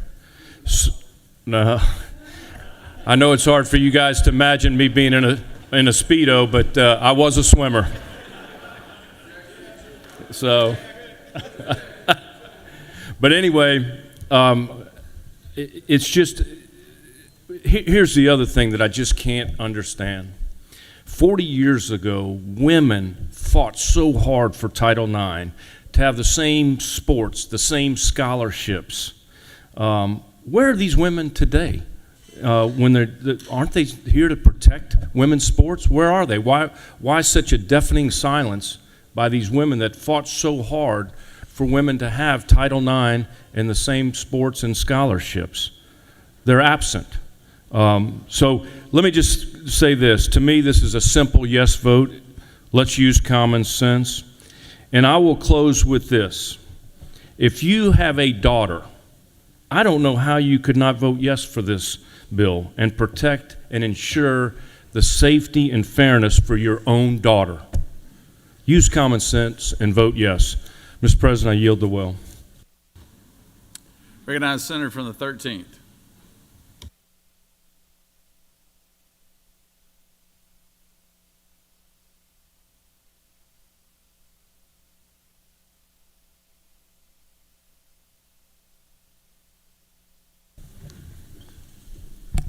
Thank you, Mr. President. Colleagues, several years ago, a couple years, 3 or 4 back, since I've been in this place, I offered 2 bills to this group, Senate Bill 88 and Senate Bill 438. This was basically talking about girls' sports, fairness of girls' sports, how we do things regarding the trans issues, et cetera, et cetera. My bill was a good bill. The senator for the 27th is a great bill. He perfected his bill, and he put things in this bill. He put science. He put things in this bill that we needed to hear and we needed to know. And he laid this thing out for us to where, as we just heard, it's about fairness. But I want to lay this out to you. I want to drop this thing into you one more time here. You know, there's not a person in this room or in this capital or probably in this great state of Georgia that's never heard of two names, Venus and Serena Williams. And I would dare to say the best of the best when it comes to tennis. Best of the best. And I remember reading it, and I did some research on this, way back a little while back when they were playing. Both of those ladies, top of their field, basically said they could best any man in tennis that was ranked under 200. So that meant they didn't want to play any man that was ranked 200 or above. And there's some dude named Karsten Brasch, B-R-A-A-S-C-H, who is described as a heavy smoker and a fun guy who was ranked at 206th. He beat both of them back to back in the Australian Open when they played a match. Just to show you the fact that women and men are always going to be better at it when it comes to that kind of force because of their natural God-given abilities and their bodies for that kind of strength. So the reality of it here, folks, is this right here. This should not be a Republican or a Democratic issue. This should only be about fairness. This should only be about reality and the things that we know are true. That biological males should not be playing in competition girls' sports. Mr. President, thank you, and I yield the well. Recognize the senator from 22nd.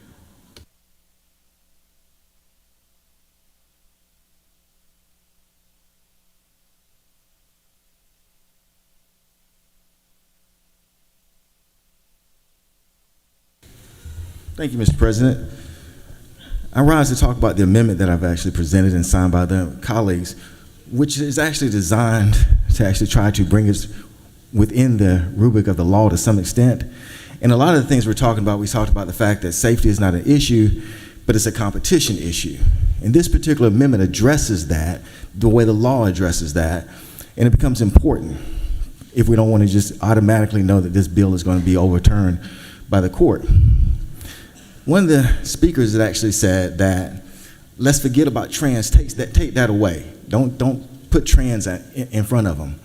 But the problem with that is the courts, we are lawmakers, so we're supposed to actually do law, right? The courts everywhere, they say no. When you put trans in, that is a medical and actually legal terminology that matters. And what they look at is that actually has significant meaning. So first the question is it discrimination if you discriminate against a trans person? So let's kind of answer that first because that becomes important. A bill that discriminates against transgender is a bill that discriminates on the basis of sex. That's not me saying that. That's the Supreme Court of the United States saying that in Bostwick versus Clayton County, Georgia case, just not too long ago. Discrimination based on transgender status is discrimination based on sex. That's not me saying that. That is Lane versus Houston County, the 11th Circuit Court of Appeals. So you have discrimination based on sex when you have transgender, because transgender is actually recognized as an actual term of art that matters. So you can't just take out trans. And that's what this particular amendment tries to address. Then the question becomes, if it is discrimination, when can the state actually discriminate?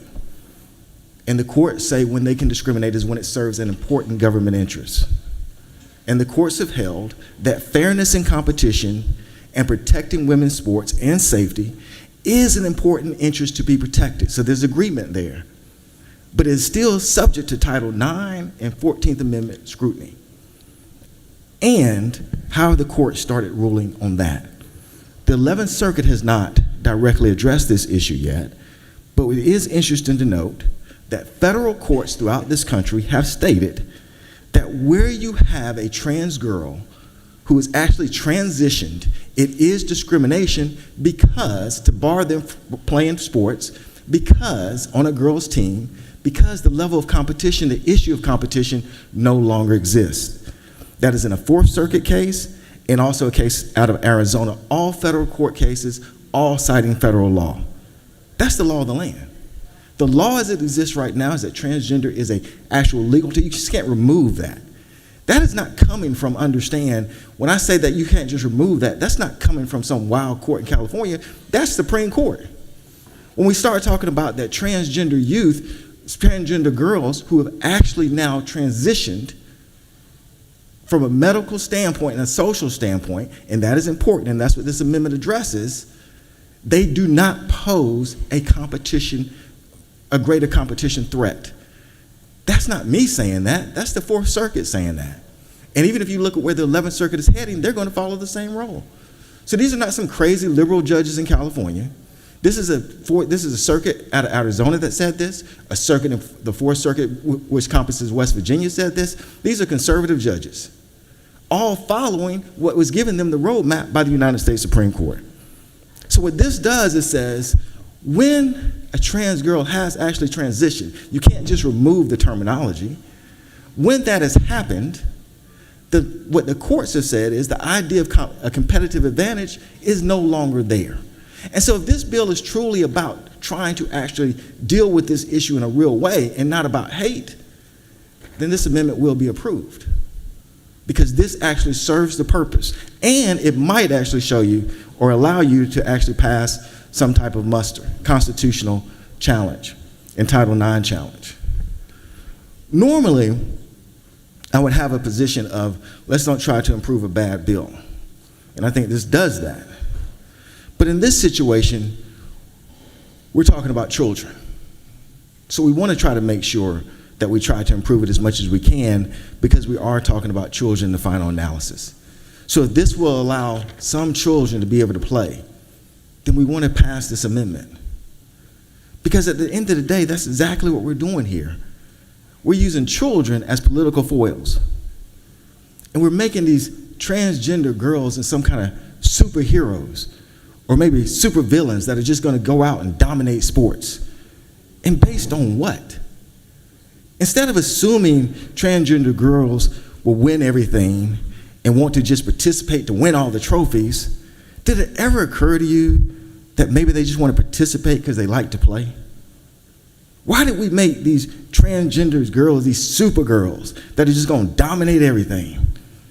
Why might not they just be the old Lord kid? What's the old Lord kid? The old Lord kid is where when you were growing up and you were playing sports and somebody would put somebody into the game and the parents would be like, oh Lord, why you do that? And it happens on pro sports, it happens on college sports, it happens in youth sports. Oh Lord, why they put that kid? Oh my God, we about to lose now. Maybe instead of just making them into these super villains, maybe they're just the old Lord kids. That they just want to play. They just want to participate. Have you ever thought about that? That their parents just want to go to the game and root them on, even if they're the old Lord kid? They ever thought about it from that standpoint? And the fact of the matter is that this idea that these girls are automatically, or boys are automatically these superior to girls, is really very dangerous talk, quite frankly. And so now I also want to conclude on two thoughts. And this is more so some of the people who maybe are on the fence about the issue globally, especially with this kind of amendment. This paternalistic talk that boys are just naturally better than girls isn't right. Not from a moral level, it's just wrong. The fact of the matter is, if Amanda Nunes, who's an MMA fighter, or Clarissa Seals, who's a boxer, came in here, they'd wipe the floor with every man in here and still have time to go eat lunch. The fact of the matter is, we're going to have a goddamn girls flag football team come in here, and they could take all of the men in here and put them out on that field, and all y'all would quit after the first quarter. So this idea becomes very dangerous, that it's just natural that boys are just better than girls. on some levels, it may be correct, but it's individual basis on many levels. But it's dangerous talk. And people shouldn't be buying into that as some kind of shield to actually persecute these children. And then secondly, I'll say this. Anybody who thinks they're buying time because of this hate-filled bus that's now driving because you're going to throw trans girls onto that bus, that you're buying time, that bus ain't going to come get you, I got another thing to tell you. When something's based on hate, no one's safe. With that, I yield the well.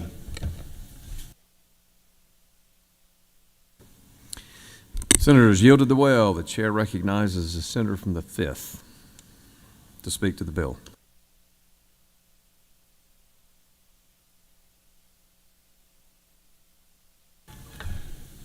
Thank you, Mr. President. SB 1 target a non-existent problem and further marginalize an already vulnerable group. Instead of introducing legislation to help struggling farmers, improve public education, or ensure Georgia's children to have access to health care, we are today voting on a discriminatory bill. Some of my colleagues claims that this bill will protect girls. But from what? From whom? This bill, they argue, will make sports more fair, but fair for whom? Fair for some, but not for all? What is perceived harm in being exclusive and treating all Georgia children with dignity? This chamber claims to be advocate for mental health, except it seems when it comes to be a mental well-being of transgender children. This bill neither thoughtful nor considerate in its attempt to create equal opportunities for girls in sports. Instead, it fuels divisive and hateful rhetoric targeting transgender children.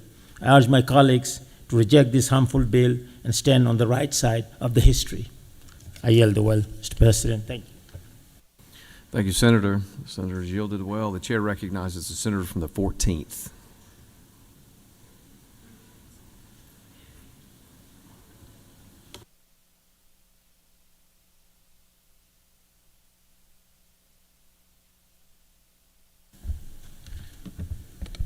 Thank you, Mr. President. Good afternoon, colleagues. There's a reason why this bill is SB 1.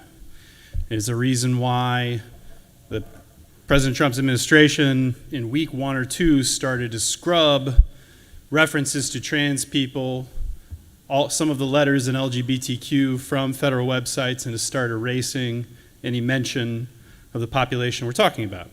Because the majority believes that this is good politics. It is good politics for the majority to cast trans people as an other, to give the public the sense that trans people are invading public life, that they are everywhere, that this is an imminent threat, that we need to do something about it. I have gotten the question from my colleagues, actually people from both parties, I've gotten the question, how can you oppose this bill? Don't you think it's common sense? I've gotten that argument. What I'm going to invite you to do today, hopefully in a way that's not laborious, not nearly as laborious as my morning presentations, is to invite you to think about how this bill functions in a landscape of arguments and culture surrounding trans people. And I will pick a couple of the tidbits we heard this afternoon already to try to make that case. We have heard statements today from the well that there's male and there's female, and it's just that simple, that that's common sense. We have heard from the well in response to a question about parent confusion. If there is a trans boy who's competing against girls, won't parents see that, get confused, and demand some answers? And by the way, I don't think that your average aggressive parent at a youth sports league is going to be satisfied by an official saying, don't worry, I've seen their birth certificate. These are social conflicts that go beyond facts. How many of you have faith in your nearest and dearest voters to tell you the exact correct version of the facts, or when you tell them the facts, for them to say, you know what, you're right. I'm sorry, I didn't know the facts. This bill cultivates, it inflames social conflict and social distrust. Now, I want to commend the majority only in this very narrow way, on political calculus. From a cynical, strategic standpoint, the majority has picked the one issue in the universe of trans issues that is likeliest to inflame the public, that is likeliest to produce the highest public opinion support number. And why is that? Because in the trans sports setting, trans people are competing directly against other people. Inherent in the sports is the competition. It's you or me. It is us or them. So that framing allows people, authorizes people to think about themselves in competition with trans people. It normalizes that way of thinking. For us to make the trans issues in the universe completely about sports is actually a narrative framing technique to pretend that we are always in competition with trans people. So I really want you to think about this. We have heard press conferences, we have heard arguments in support of this bill that say this bill is narrow. This is only about sports. It's only on the narrow issue of sports. But think about what that does to the conversation. It makes the entire conversation sports. It makes the entire conversation competition. So then when we talk about trans people in public life, the only frame of reference we have is that we are competing against trans people. We are not talking about violence that is disproportionately high against trans people. We are not talking about suicide rates that are disproportionately high for trans people. We are not talking about health care for trans people who require a significant amount of health care to live their daily lives. And whatever you think about the mental health of a trans person, whatever side of the aisle you're on, you have to admit that healthcare is critical for trans people. This should be a public policy priority for us, but we're not talking about any of those things when we're talking about sports. And when we run out of college sports to talk about because the NCAA is already making rules, what do? We have to go find other sports to talk about, which is why we're talking about elementary school sports. And we hear committee testimony. Well, we're not really quite sure if there's trans kids who qualify that this bill will address, but let's make a state law anyway.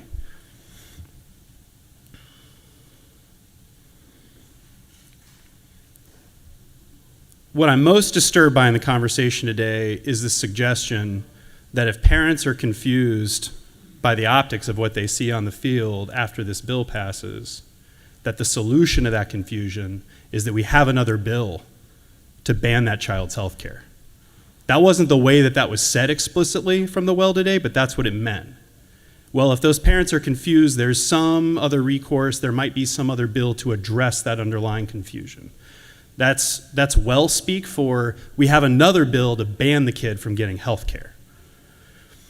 I've said this a couple years ago and I'll say it again. There are doors at the back of the chamber that are big and imposing, and by Senate rules, those doors separate us from the parents of the trans children who go to their parents at a very young age. I mean, look, there are people in this room who don't want to believe that. But if you've had a child come to you and say, I don't feel safe or at home in my own body, I want to be a girl or I feel like a girl, and that happens for weeks and months and years on end, at some point, what do you love more? The child or the ideology? Those parents in the hallway made the decision to love the child more and to deal with the reality that their child is just not going to be what they thought they were going to be. Those kids need health care. So maybe you'll win the sports issue. I mean, you might. You might win the sports issue, public opinion, in this chamber, across the hall, with the governor. But don't win the sports issue coming up and saying male is male and female is female. Don't win the sports issue by going to the websites of federal agencies that are doing anti-discrimination work and keeping people alive and erase people from existence. I'm voting no on the sports bill today because regardless of what you might have to say about fairness or safety, I know where this bill comes from. This bill comes from exclusionary politics that have a natural endpoint, and that natural endpoint is the erasure of trans people. One of your colleagues is not in the room today because she has trans children. And this is a difficult conversation, and I can understand why. Maybe that's the point. Maybe at the end of the day, what we're really looking for, and when I say we, it's the majority, is silence on this issue. Not be seen, not be heard, not be felt. Some trans people get that message, take matters in their own hands, and take their own lives. When society says, we don't want to see you or hear you, that is what they are driven to do. So, again, any bill, any vote is always what's in front of you. This is a bill about sports. But we wouldn't be doing our jobs, all of us in this chamber, for Georgians, if we didn't see, hear, and value the lives of every single person who we represent. In that spirit, I ask you to vote no. Thank you, Mr. President. Senators yielded the well. The chair recognizes the senator from the 50th to speak to the bill.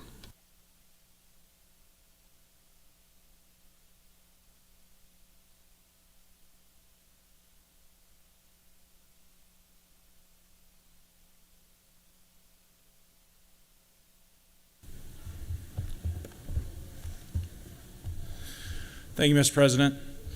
I rise today in support of Senate Bill 1 and want to address a couple things.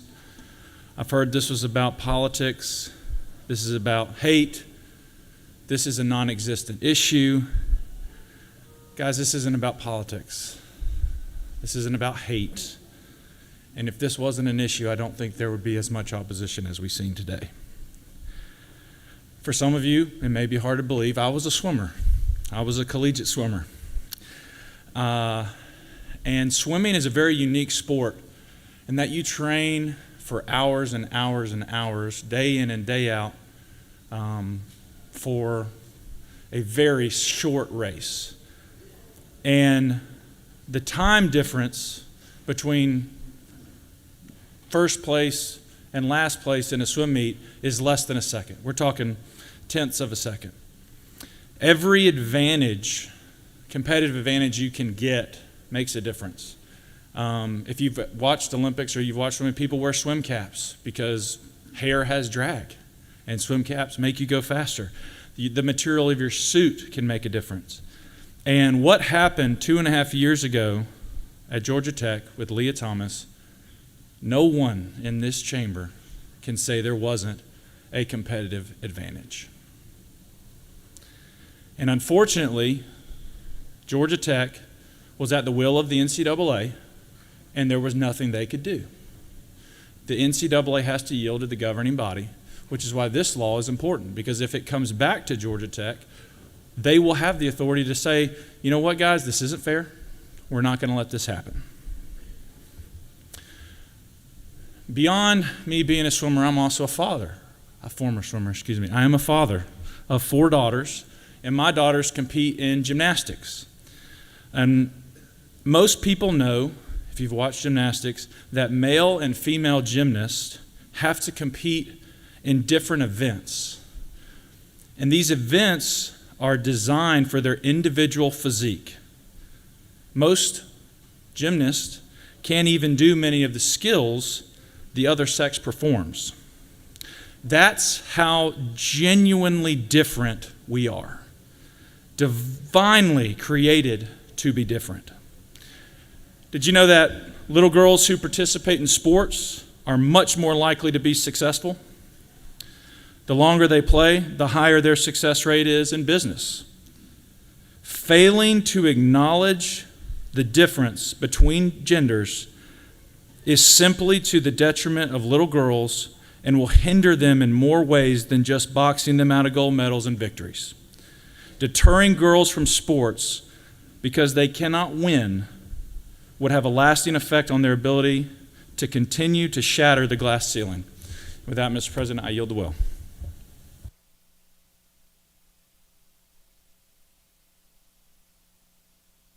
Senator from the 37th.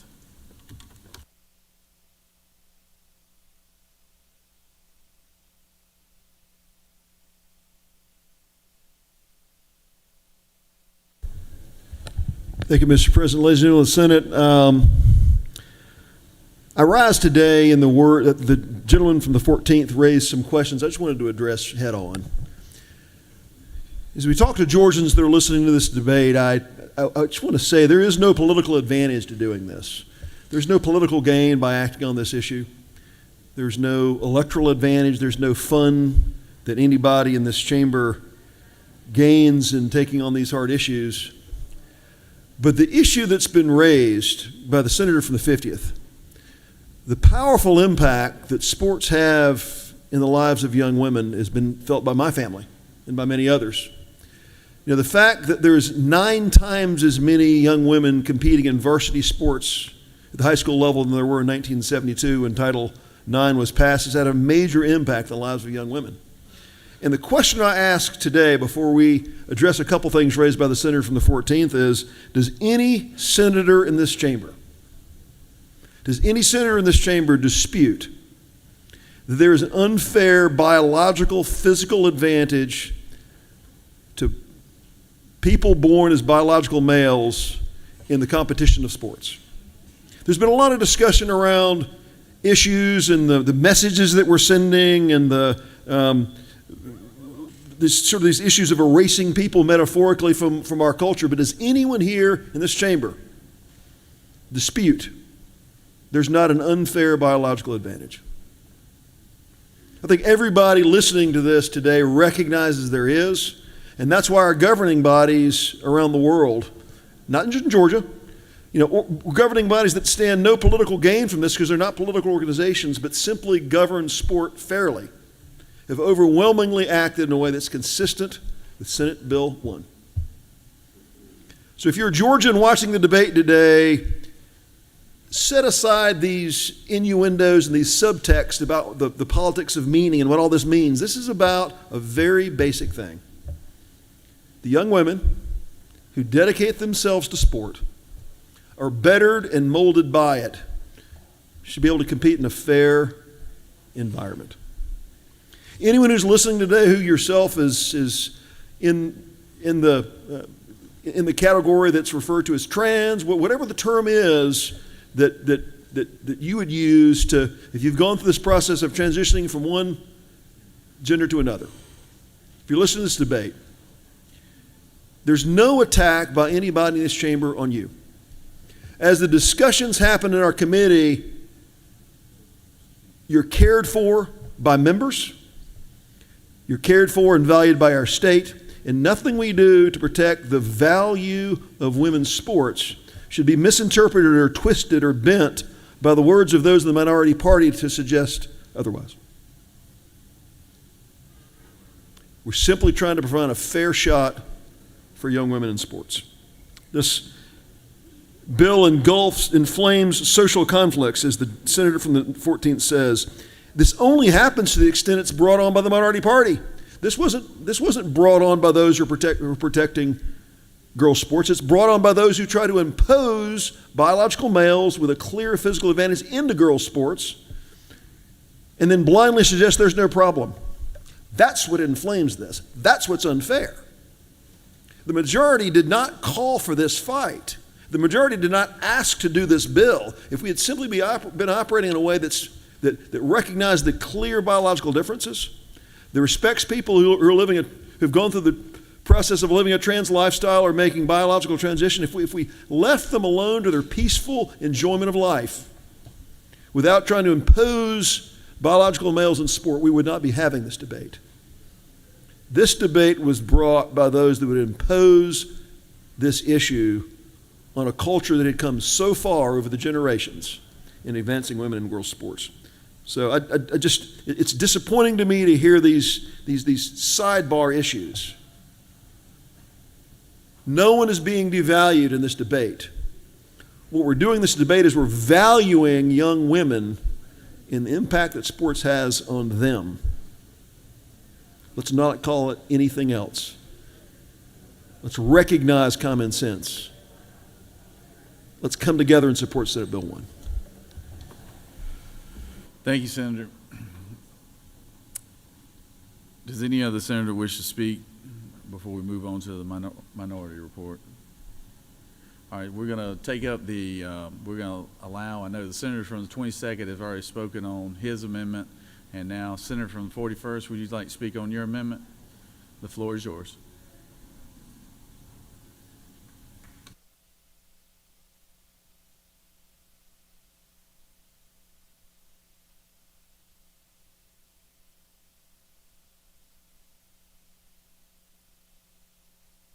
Thank you, Mr. President. I'd like to draw your attention to my amendment that actually seeks to do exactly what the senator from the 37th talked about, which is to really and truly bring fairness and equality to girls' sports. Yeah.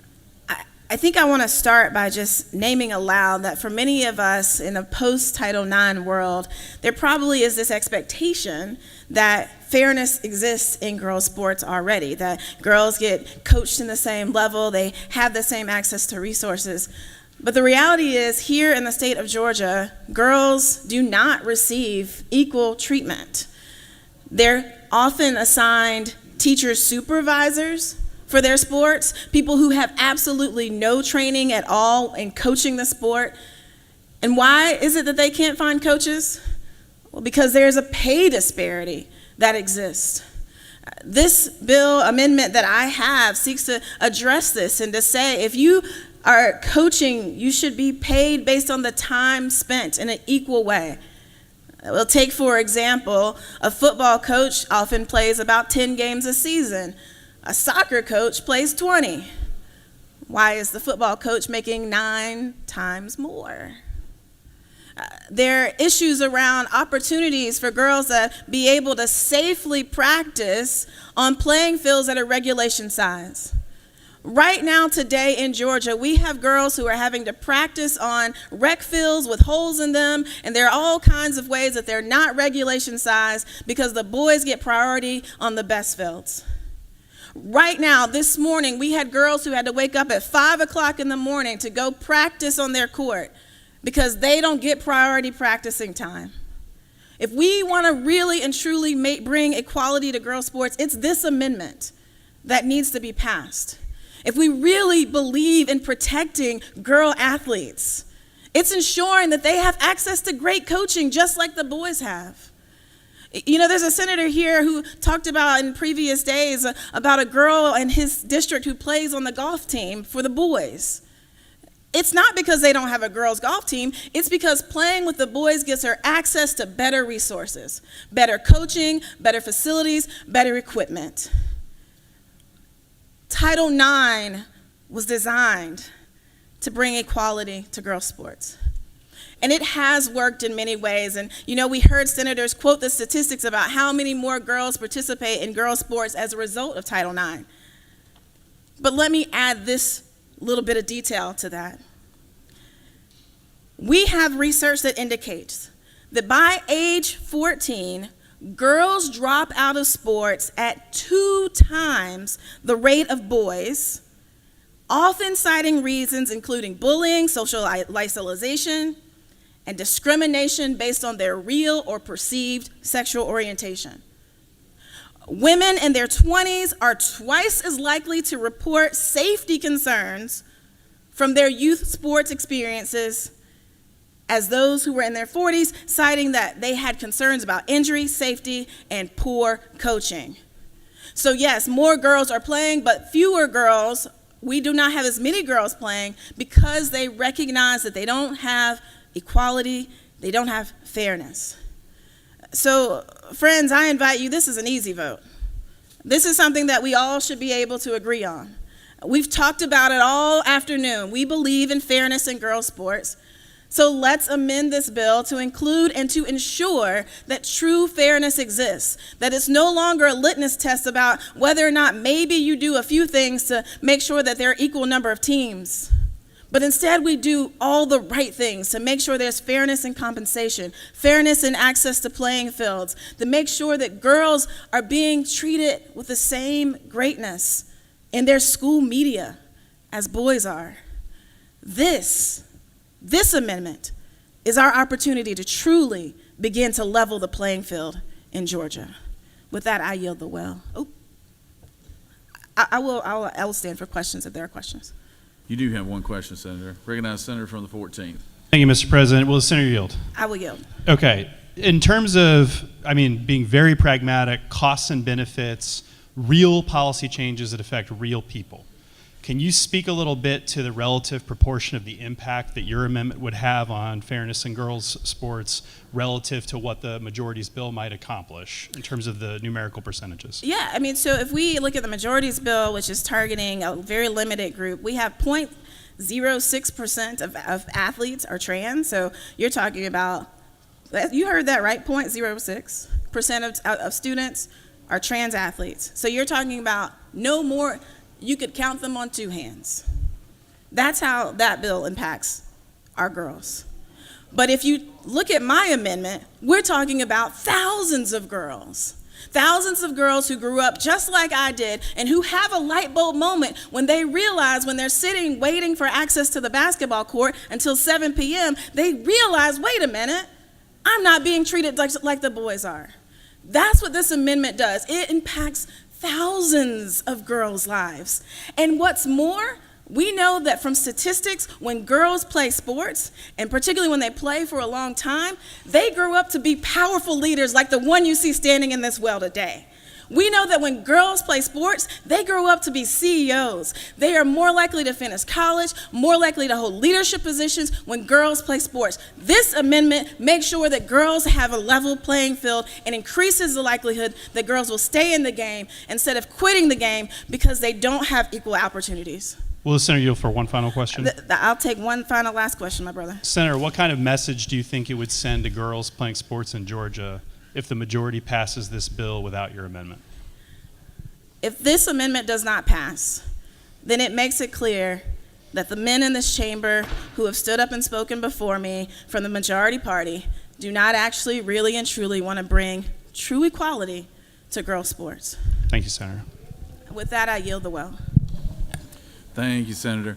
I recognize Senator from the 44th. Would you like to speak to your amendment?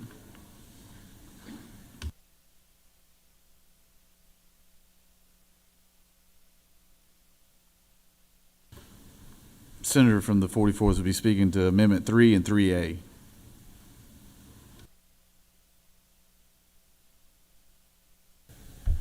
Thank you, Mr. President. In speaking to Amendments 3 and 3A, I'm going to focus on who this bill excludes while claiming expressly, and I quote, to provide for equal athletic opportunities. The author, the senator from the 27th, outlined today and during the committee hearing 3 rights that should be considered when legislating in this area: fairness, safety, and inclusivity. And I do agree that each of these values must be weighed. So as the author said, let's talk about biology. As the senator from the 21st said, let's talk about common sense. This legislation regulates sports programs for children beginning in kindergarten when they're 5 years old, years and years before they would go through puberty. Kids come in all different shapes and sizes, and they grow and they develop at different rates, especially in elementary and middle school. Boys go through puberty on average 2 years after girls. So when we're talking about biology and we're talking about common sense, it's abundantly clear that, to another talking point used today, there is no biological advantage when you're talking about the young children being swept up in this bill. The values at those ages of safety and fairness, much less an issue, if they're an issue at all. And most of the examples we've heard have been from the college level, which is flat out disingenuous because the rules at the college level have been evolving rapidly, frankly, in response to some of these very examples that are now moot. And frankly, that's as it should be. That's as it should be. But it makes the debate today a farce. And anyway, all of those rationales evaporate when we're considering younger kids. By including elementary and middle school children in the bill, we're creating a situation where some kids won't be excluded just because of the words on the page, but also because they'll be uncomfortable, they'll be shamed, they might be bullied. Sports are such a cultural experience interwoven throughout our communities, the American experience throughout our childhoods. I learned so many important lessons and had so many triumphs and learned to deal with so many disappointments, becoming a more resilient person, ready to take on the world and give it my all, right? I learned a lot of those things in sports.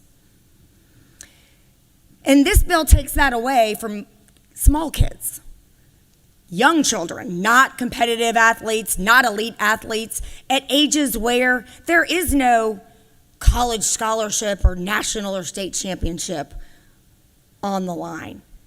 And worse, it gives license to parents, kids, probably some activists, to bully your child by accusing them of being other, of not looking right, and it lets them tell them they don't belong.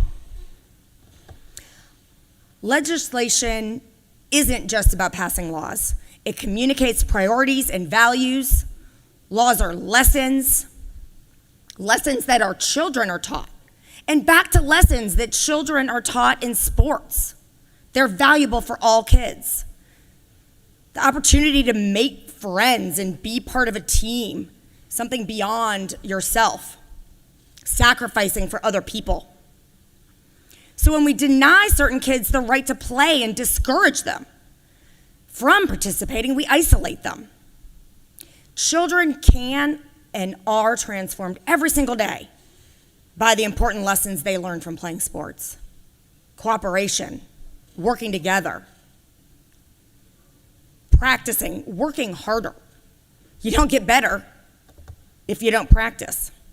Hard work, we want to instill that in them, the values of hard work and effort as they grow into adults.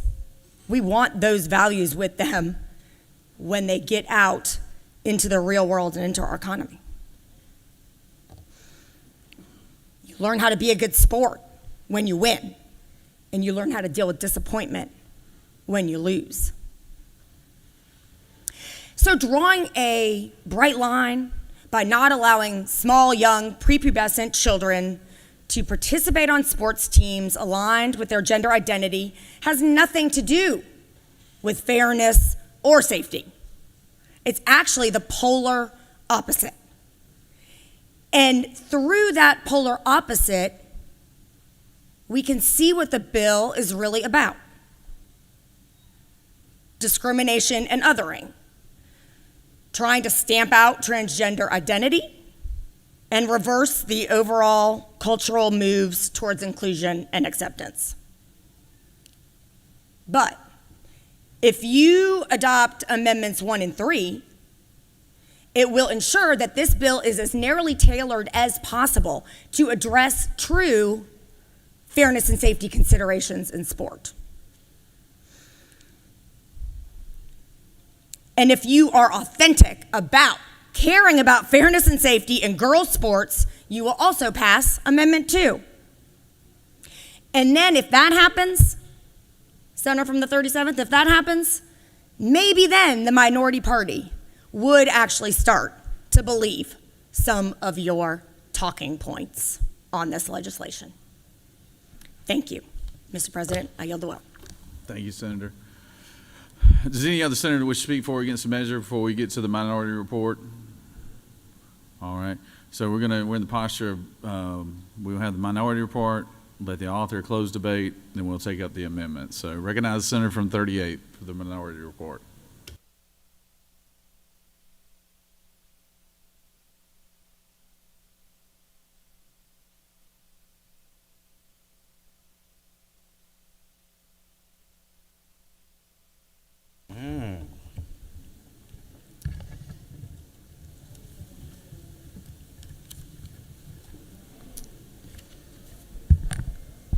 Thank you, Mr. President. Colleagues, guests in the gallery, today I stand before you as a father who cares for his children, a father of a strong young man and a beautiful little daughter with limitless potential. I know that whatever she does, Brooklyn will make me the proudest girl dad in the world. My love for her is what brings me to this well today. As her father, it is my duty to speak up for her and the countless other little girls who will be hurt by this bill. Some of my colleagues on the other side of the aisle say that this bill is necessary to ensure the fairness of girls' sports. But I say that all this bill does is unjustly and unnecessarily harms some of our most vulnerable kids. For one moment, I want all of us in this chamber and all of you in the gallery and watching online to think. What does it mean when the official code of the state of Georgia says that the state has the right to discriminate against you based upon your gender identity? Imagine if someone told you that they have the right to discriminate against you simply because of who you are. Is this what we were taught growing up? Because I learned growing up that God calls on us to treat others as equals. Does he not say in Acts that he is Lord of all? Does he not command us to love thy neighbor? I believe God truly favors none, but loves all. He is the God of love, and if you truly feel that way, that he is the ultimate judge, then let him be the judge. It is not our place to do what only God can do. It is our place to do what we can do to make this state a better place for our children, which this bill does not do. Instead, this bill opens the door to a new kind of issue. While we may ban transgender girls from competing in girls' sports, you are also now forcing girls to conform to your definition of femininity, or risk being dragged through the legal nightmare of this bill. Because, from what I read, it allows people to sue if they believe an individual may be a trans girl. To illustrate this, I want to play out a scenario for you. We just all saw in the news that the Atlanta Dream is getting a new star player. Brittany Griner of the NBA is coming here to Atlanta. She is 6'9".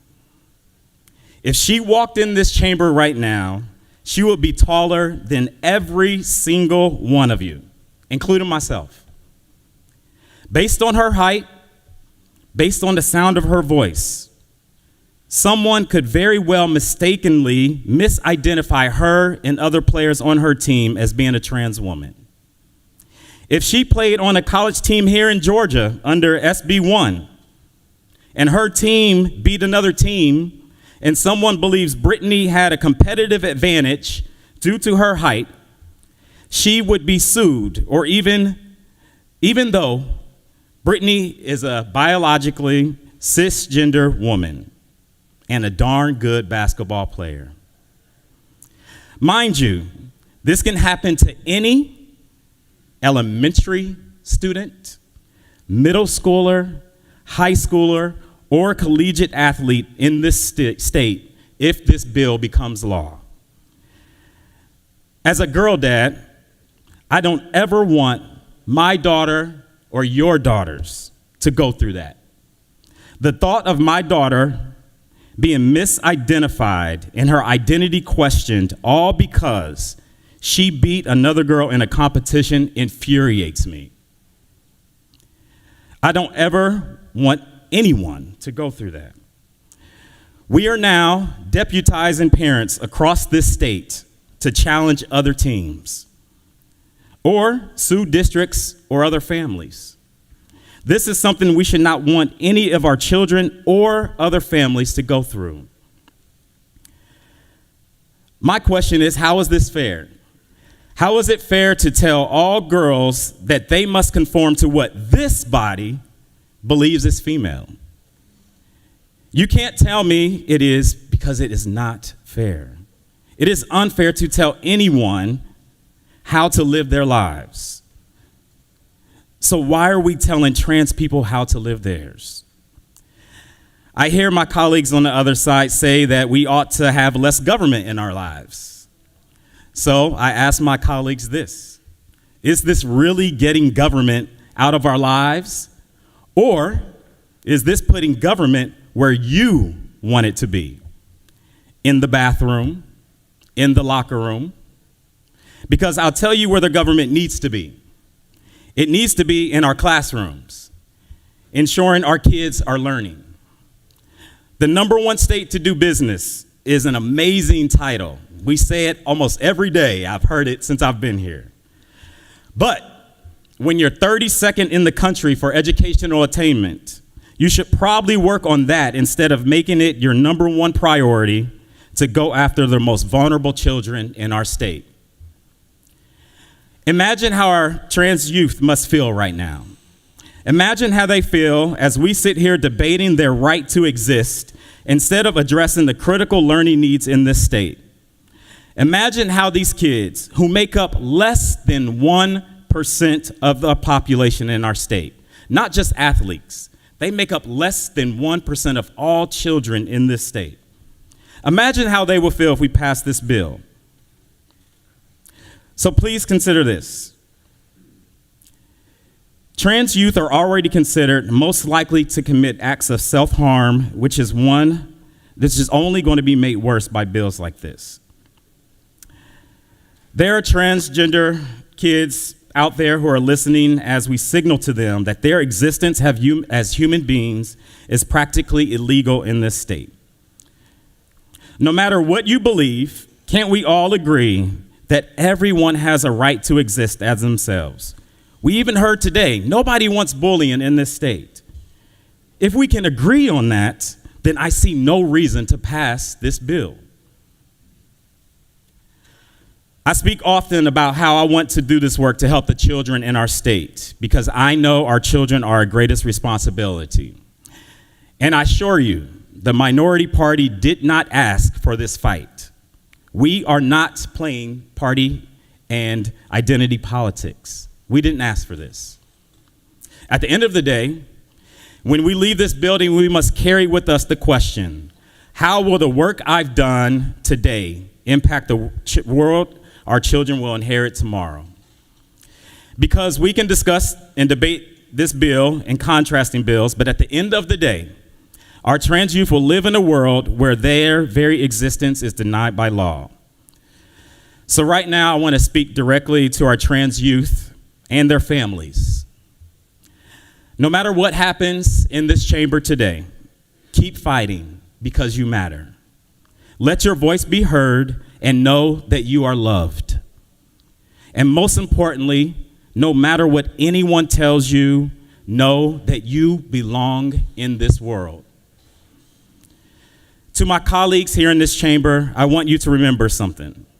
Our trans kids are listening. They're watching. They are listening to this speech, hoping and praying that you will think of them as you push your buttons today. That you will remember that they are our most vulnerable population.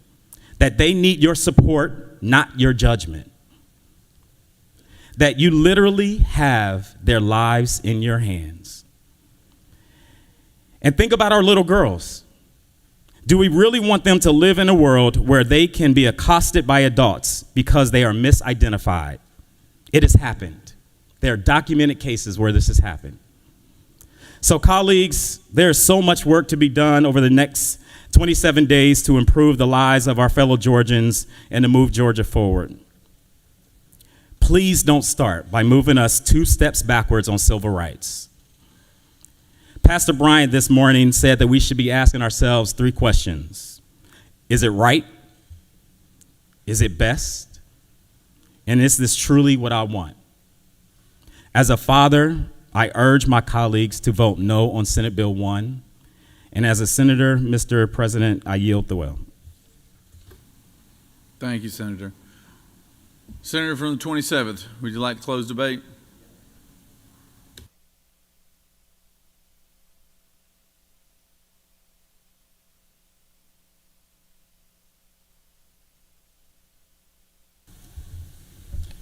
Thank you, Mr. President. Colleagues, I certainly appreciate both the thoughtful and respectful debate that we've had around this topic. This is an important topic. There are obviously passions on both sides of this issue. A couple of things I heard that I just want to take a second to respond to, and a couple of things I really didn't get into when I first spoke that I would like to highlight as well. The senator from the 55th asked me a question earlier and around basically the how often does this happen, how much is this happening. The minority report gets to this as well. It references a hammer in search of a nail. It references at the very end, despite all these problems, the majority, as usual, marches to the beat of Trump's drum, working on problems that have already been solved and leaving Georgia's real problems unsolved. What's the problem? What was the problem that was already solved? The problem that was already solved was male participation in female sport. And who solved it? Republicans. You all say that, well, if this just applied to high school and that we recognize this has been solved. Every member in this room who was here back in 2022 voted against us deferring it to the Georgia High School Association. And not all of you were here then, but every one of you that were here then said that was a bad idea as well. Governor Kemp on signing day walked in this room at I think it was 10 o'clock at night, said we have to pass a women's sports bill. And so we did. Previously, by the way, in 2022, the Senate had passed a bill not to defer it, but to do essentially what we're doing in this bill. And the House thought that went through too far, and the House changed it. Last year, the Senate passed a bill that dealt with this issue again, and the House did not take it up. So we are here today, but I find it really, really interesting that your own minority report references a problem to be solved. And you actually talk about the fact that it's been solved. Now, you don't say that it's been solved by us, but we know factually that that's exactly what happened. Well, what is the problem? The problem is you cannot have a female category for sport that allows male advantage.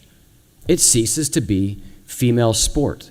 But what we have seen over the past few years across the scope of sport, whether it's high school, collegiate, or professional or Olympic sport, according to a UN study that came out incidentally when we had our committee last year, the 600 athletes have lost a total of 890 medals across 400 competitions in 29 different sports. And by lost, I mean female athletes who lost that medal to a male. One of my friends earlier said, well, I keep hearing about swimming. How about we just make this about swimming? And it is funny, swimming has been talked about a lot today, I think because the Georgia Tech incident illuminates that, and we happen to have, believe it or not, 2 collegiate swimmers in this chamber, former collegiate swimmers. But the reality is, according to the UN report, this has happened in 29 different sports. So we certainly have the ability to look around, to see what is happening, and to say that we believe that female sport needs to be protected from male advantage. What I didn't talk a lot about earlier was the safety piece. That's the last thing that I want to talk about. I said this in committee. When I get asked, well, how often is this happening in Georgia? I first of all point to the fact that for high schools it is currently not allowed in the state of Georgia. So it's a little bit of an odd question. In other words, you're asking how often is somebody breaking the GHSA rule? Well, hopefully not at all. That's a rule that was put in place just a couple of years ago, 3 years ago. But I also talk about the fact that there is a safety component here. And in our neighboring state, just a couple of years ago, Peyton McNabb, in high school, was competing against a male who spiked a volleyball into her face, knocked her unconscious. She suffered a brain bleed, and to this day has brain damage from that incident. Well, one might say, well, isn't that an inherent risk? And could McNabb have suffered the same fate from a female spike? And while that is possible, here is why I don't think that is probable. Think about a Major League Baseball player who trains to hit a 90-mile-an-hour pitch versus a 60-mile-an-hour pitch. All of the muscle memory is different. And what we know is that males spike a volleyball 50% faster than females. We know that. That's the same difference between a 60-mile-an-hour fastball and a 90-mile-an-hour fastball. I might have a fighting chance to hit at 60. I've got no chance to hit at 90. It's a fundamentally different reality. So McNabb stepped onto the court against someone who had that significant male advantage after having trained for I'm not sure exactly how long as a blocker or a defensive position player at defending 50-mile-an-hour spikes, and a 75-mile-an-hour spike, and I'm rounding off those numbers, is what delivered that blow to her head. And so there is a safety reality here that we have to think about that emerges as early as high school, and the competitive advantage, actually we know from the work of Greg Brown at the University of Kentucky, is evident in middle school, and is actually evident in the under 9-year-old category in track and field. So this male advantage piece, while it does become, and this is speaking to the amendment, while it does become more pronounced through adolescence, it is not exclusive to adolescence. So, Mr. President, I would like to put into settled Georgia law that we respect Title IX in female sport, that we recognize the great work that has been done through that in terms of accelerating and rapidly increasing female participation in sport. And I would like the Senate to continue its work that we started a number of years ago. And I hope that after we pass this bill in just a few minutes, that our House colleagues will join us in doing the same. With that, I yield the well. The senator is yielded, and the debate is closed. We're now in the posture of taking up the amendments, and we'll just go in order. So amendment number 1, authored by the senator from the 22nd. Does anyone object to the amendment number 1? We do have objection. All those in favor of the amendment will vote yea. All opposed, nay. Secretary, unlock the machine.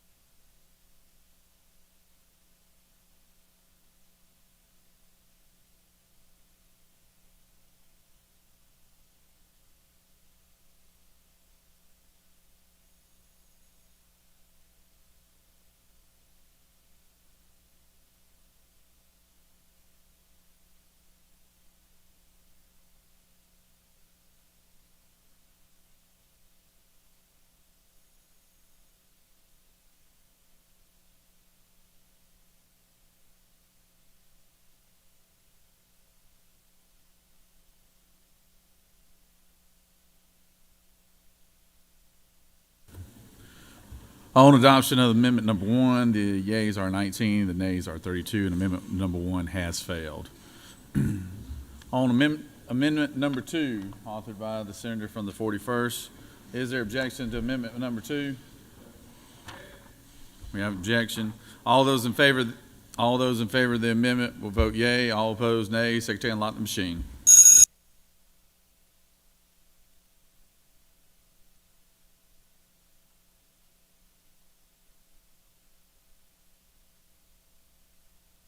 Senator from the 41st, for what purpose do you rise? Mr. President, isn't it true that if we press green on this, that we are truly bringing fairness to girls' sports? The senator is passionate about what she speaks. Senator from the 36, for what purpose do you rise? Inquiry. Isn't it true that we have an opportunity here to come together and truly demonstrate that we're going to seriously level the playing field for girls' sports in this state? Isn't that the opportunity before us now by pushing the green button? Senator is passionate about what she speaks.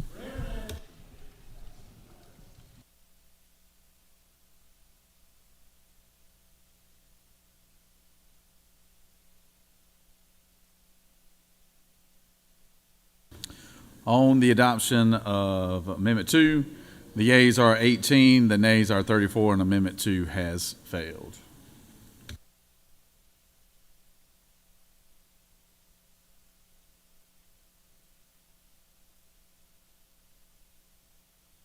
Senator from the 44th. Because Amendment 1 did not pass, I would like to move to withdraw Amendment 3A. Okay. The senator has moved that we withdraw Amendment 3A. 3A. Is there objection to that? Without objection, we withdraw. Moving on to Amendment number 3. Amendment number 3, authored by the senator from the 44th. Is there objection to Amendment number 3?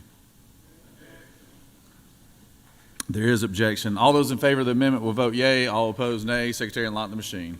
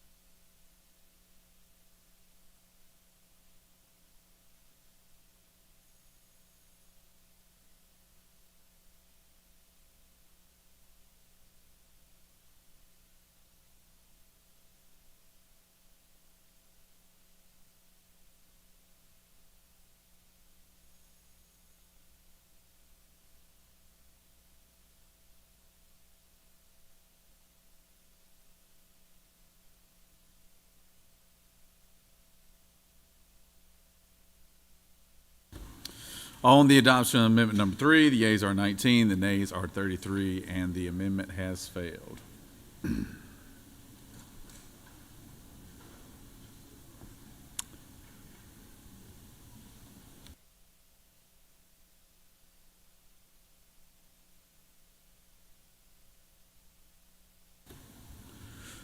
The question is on the adoption of the committee substitute. Is there objection to the adoption of the committee substitute? Hearing none, the committee substitute is adopted. Is there objection to agreeing to the report of the committee which is favorable to the passage of the bill? Chair hears none. Report of the committee is agreed to. Is there objection to the main question being ordered? Chair hears none. The main question is ordered. The question is on the passage of the bill by substitute. All those in favor will vote yea. All opposed, nay. Secretary, unlock the machine.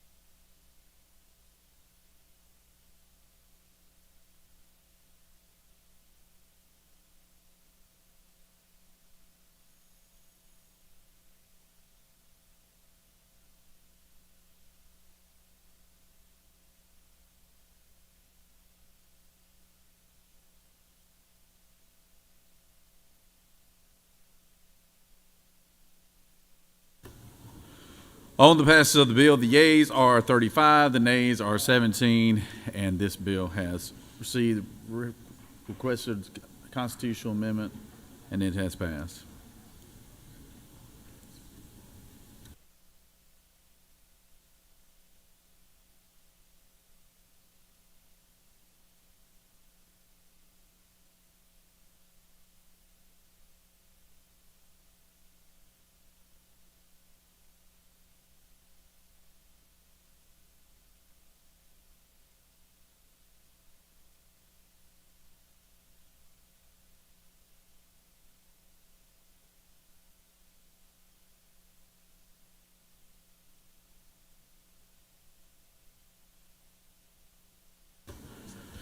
Congratulations, Senator, from the 27th. You worked very hard on that bill. Congratulations, good job.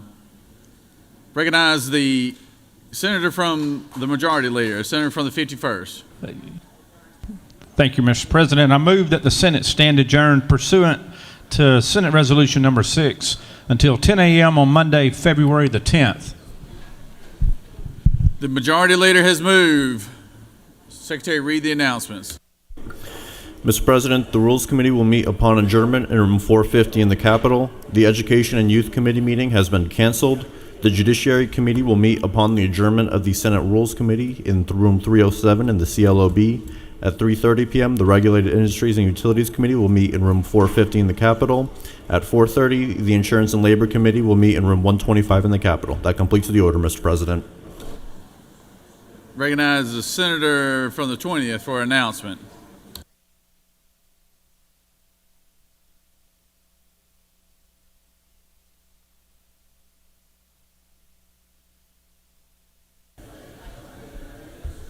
Thank you, Mr. President. Members of the Senate Insurance and Labor Committee, with the change in schedule and those of us that have other obligations this evening, we're going to cancel the meeting. The Insurance and Labor will be canceled and we'll pick up next week. Thank you. All right, thank you, Senator. The chairman has canceled his Insurance and Labor Committee meeting. So recognize the senator from the 19th, the Appropriations Chair.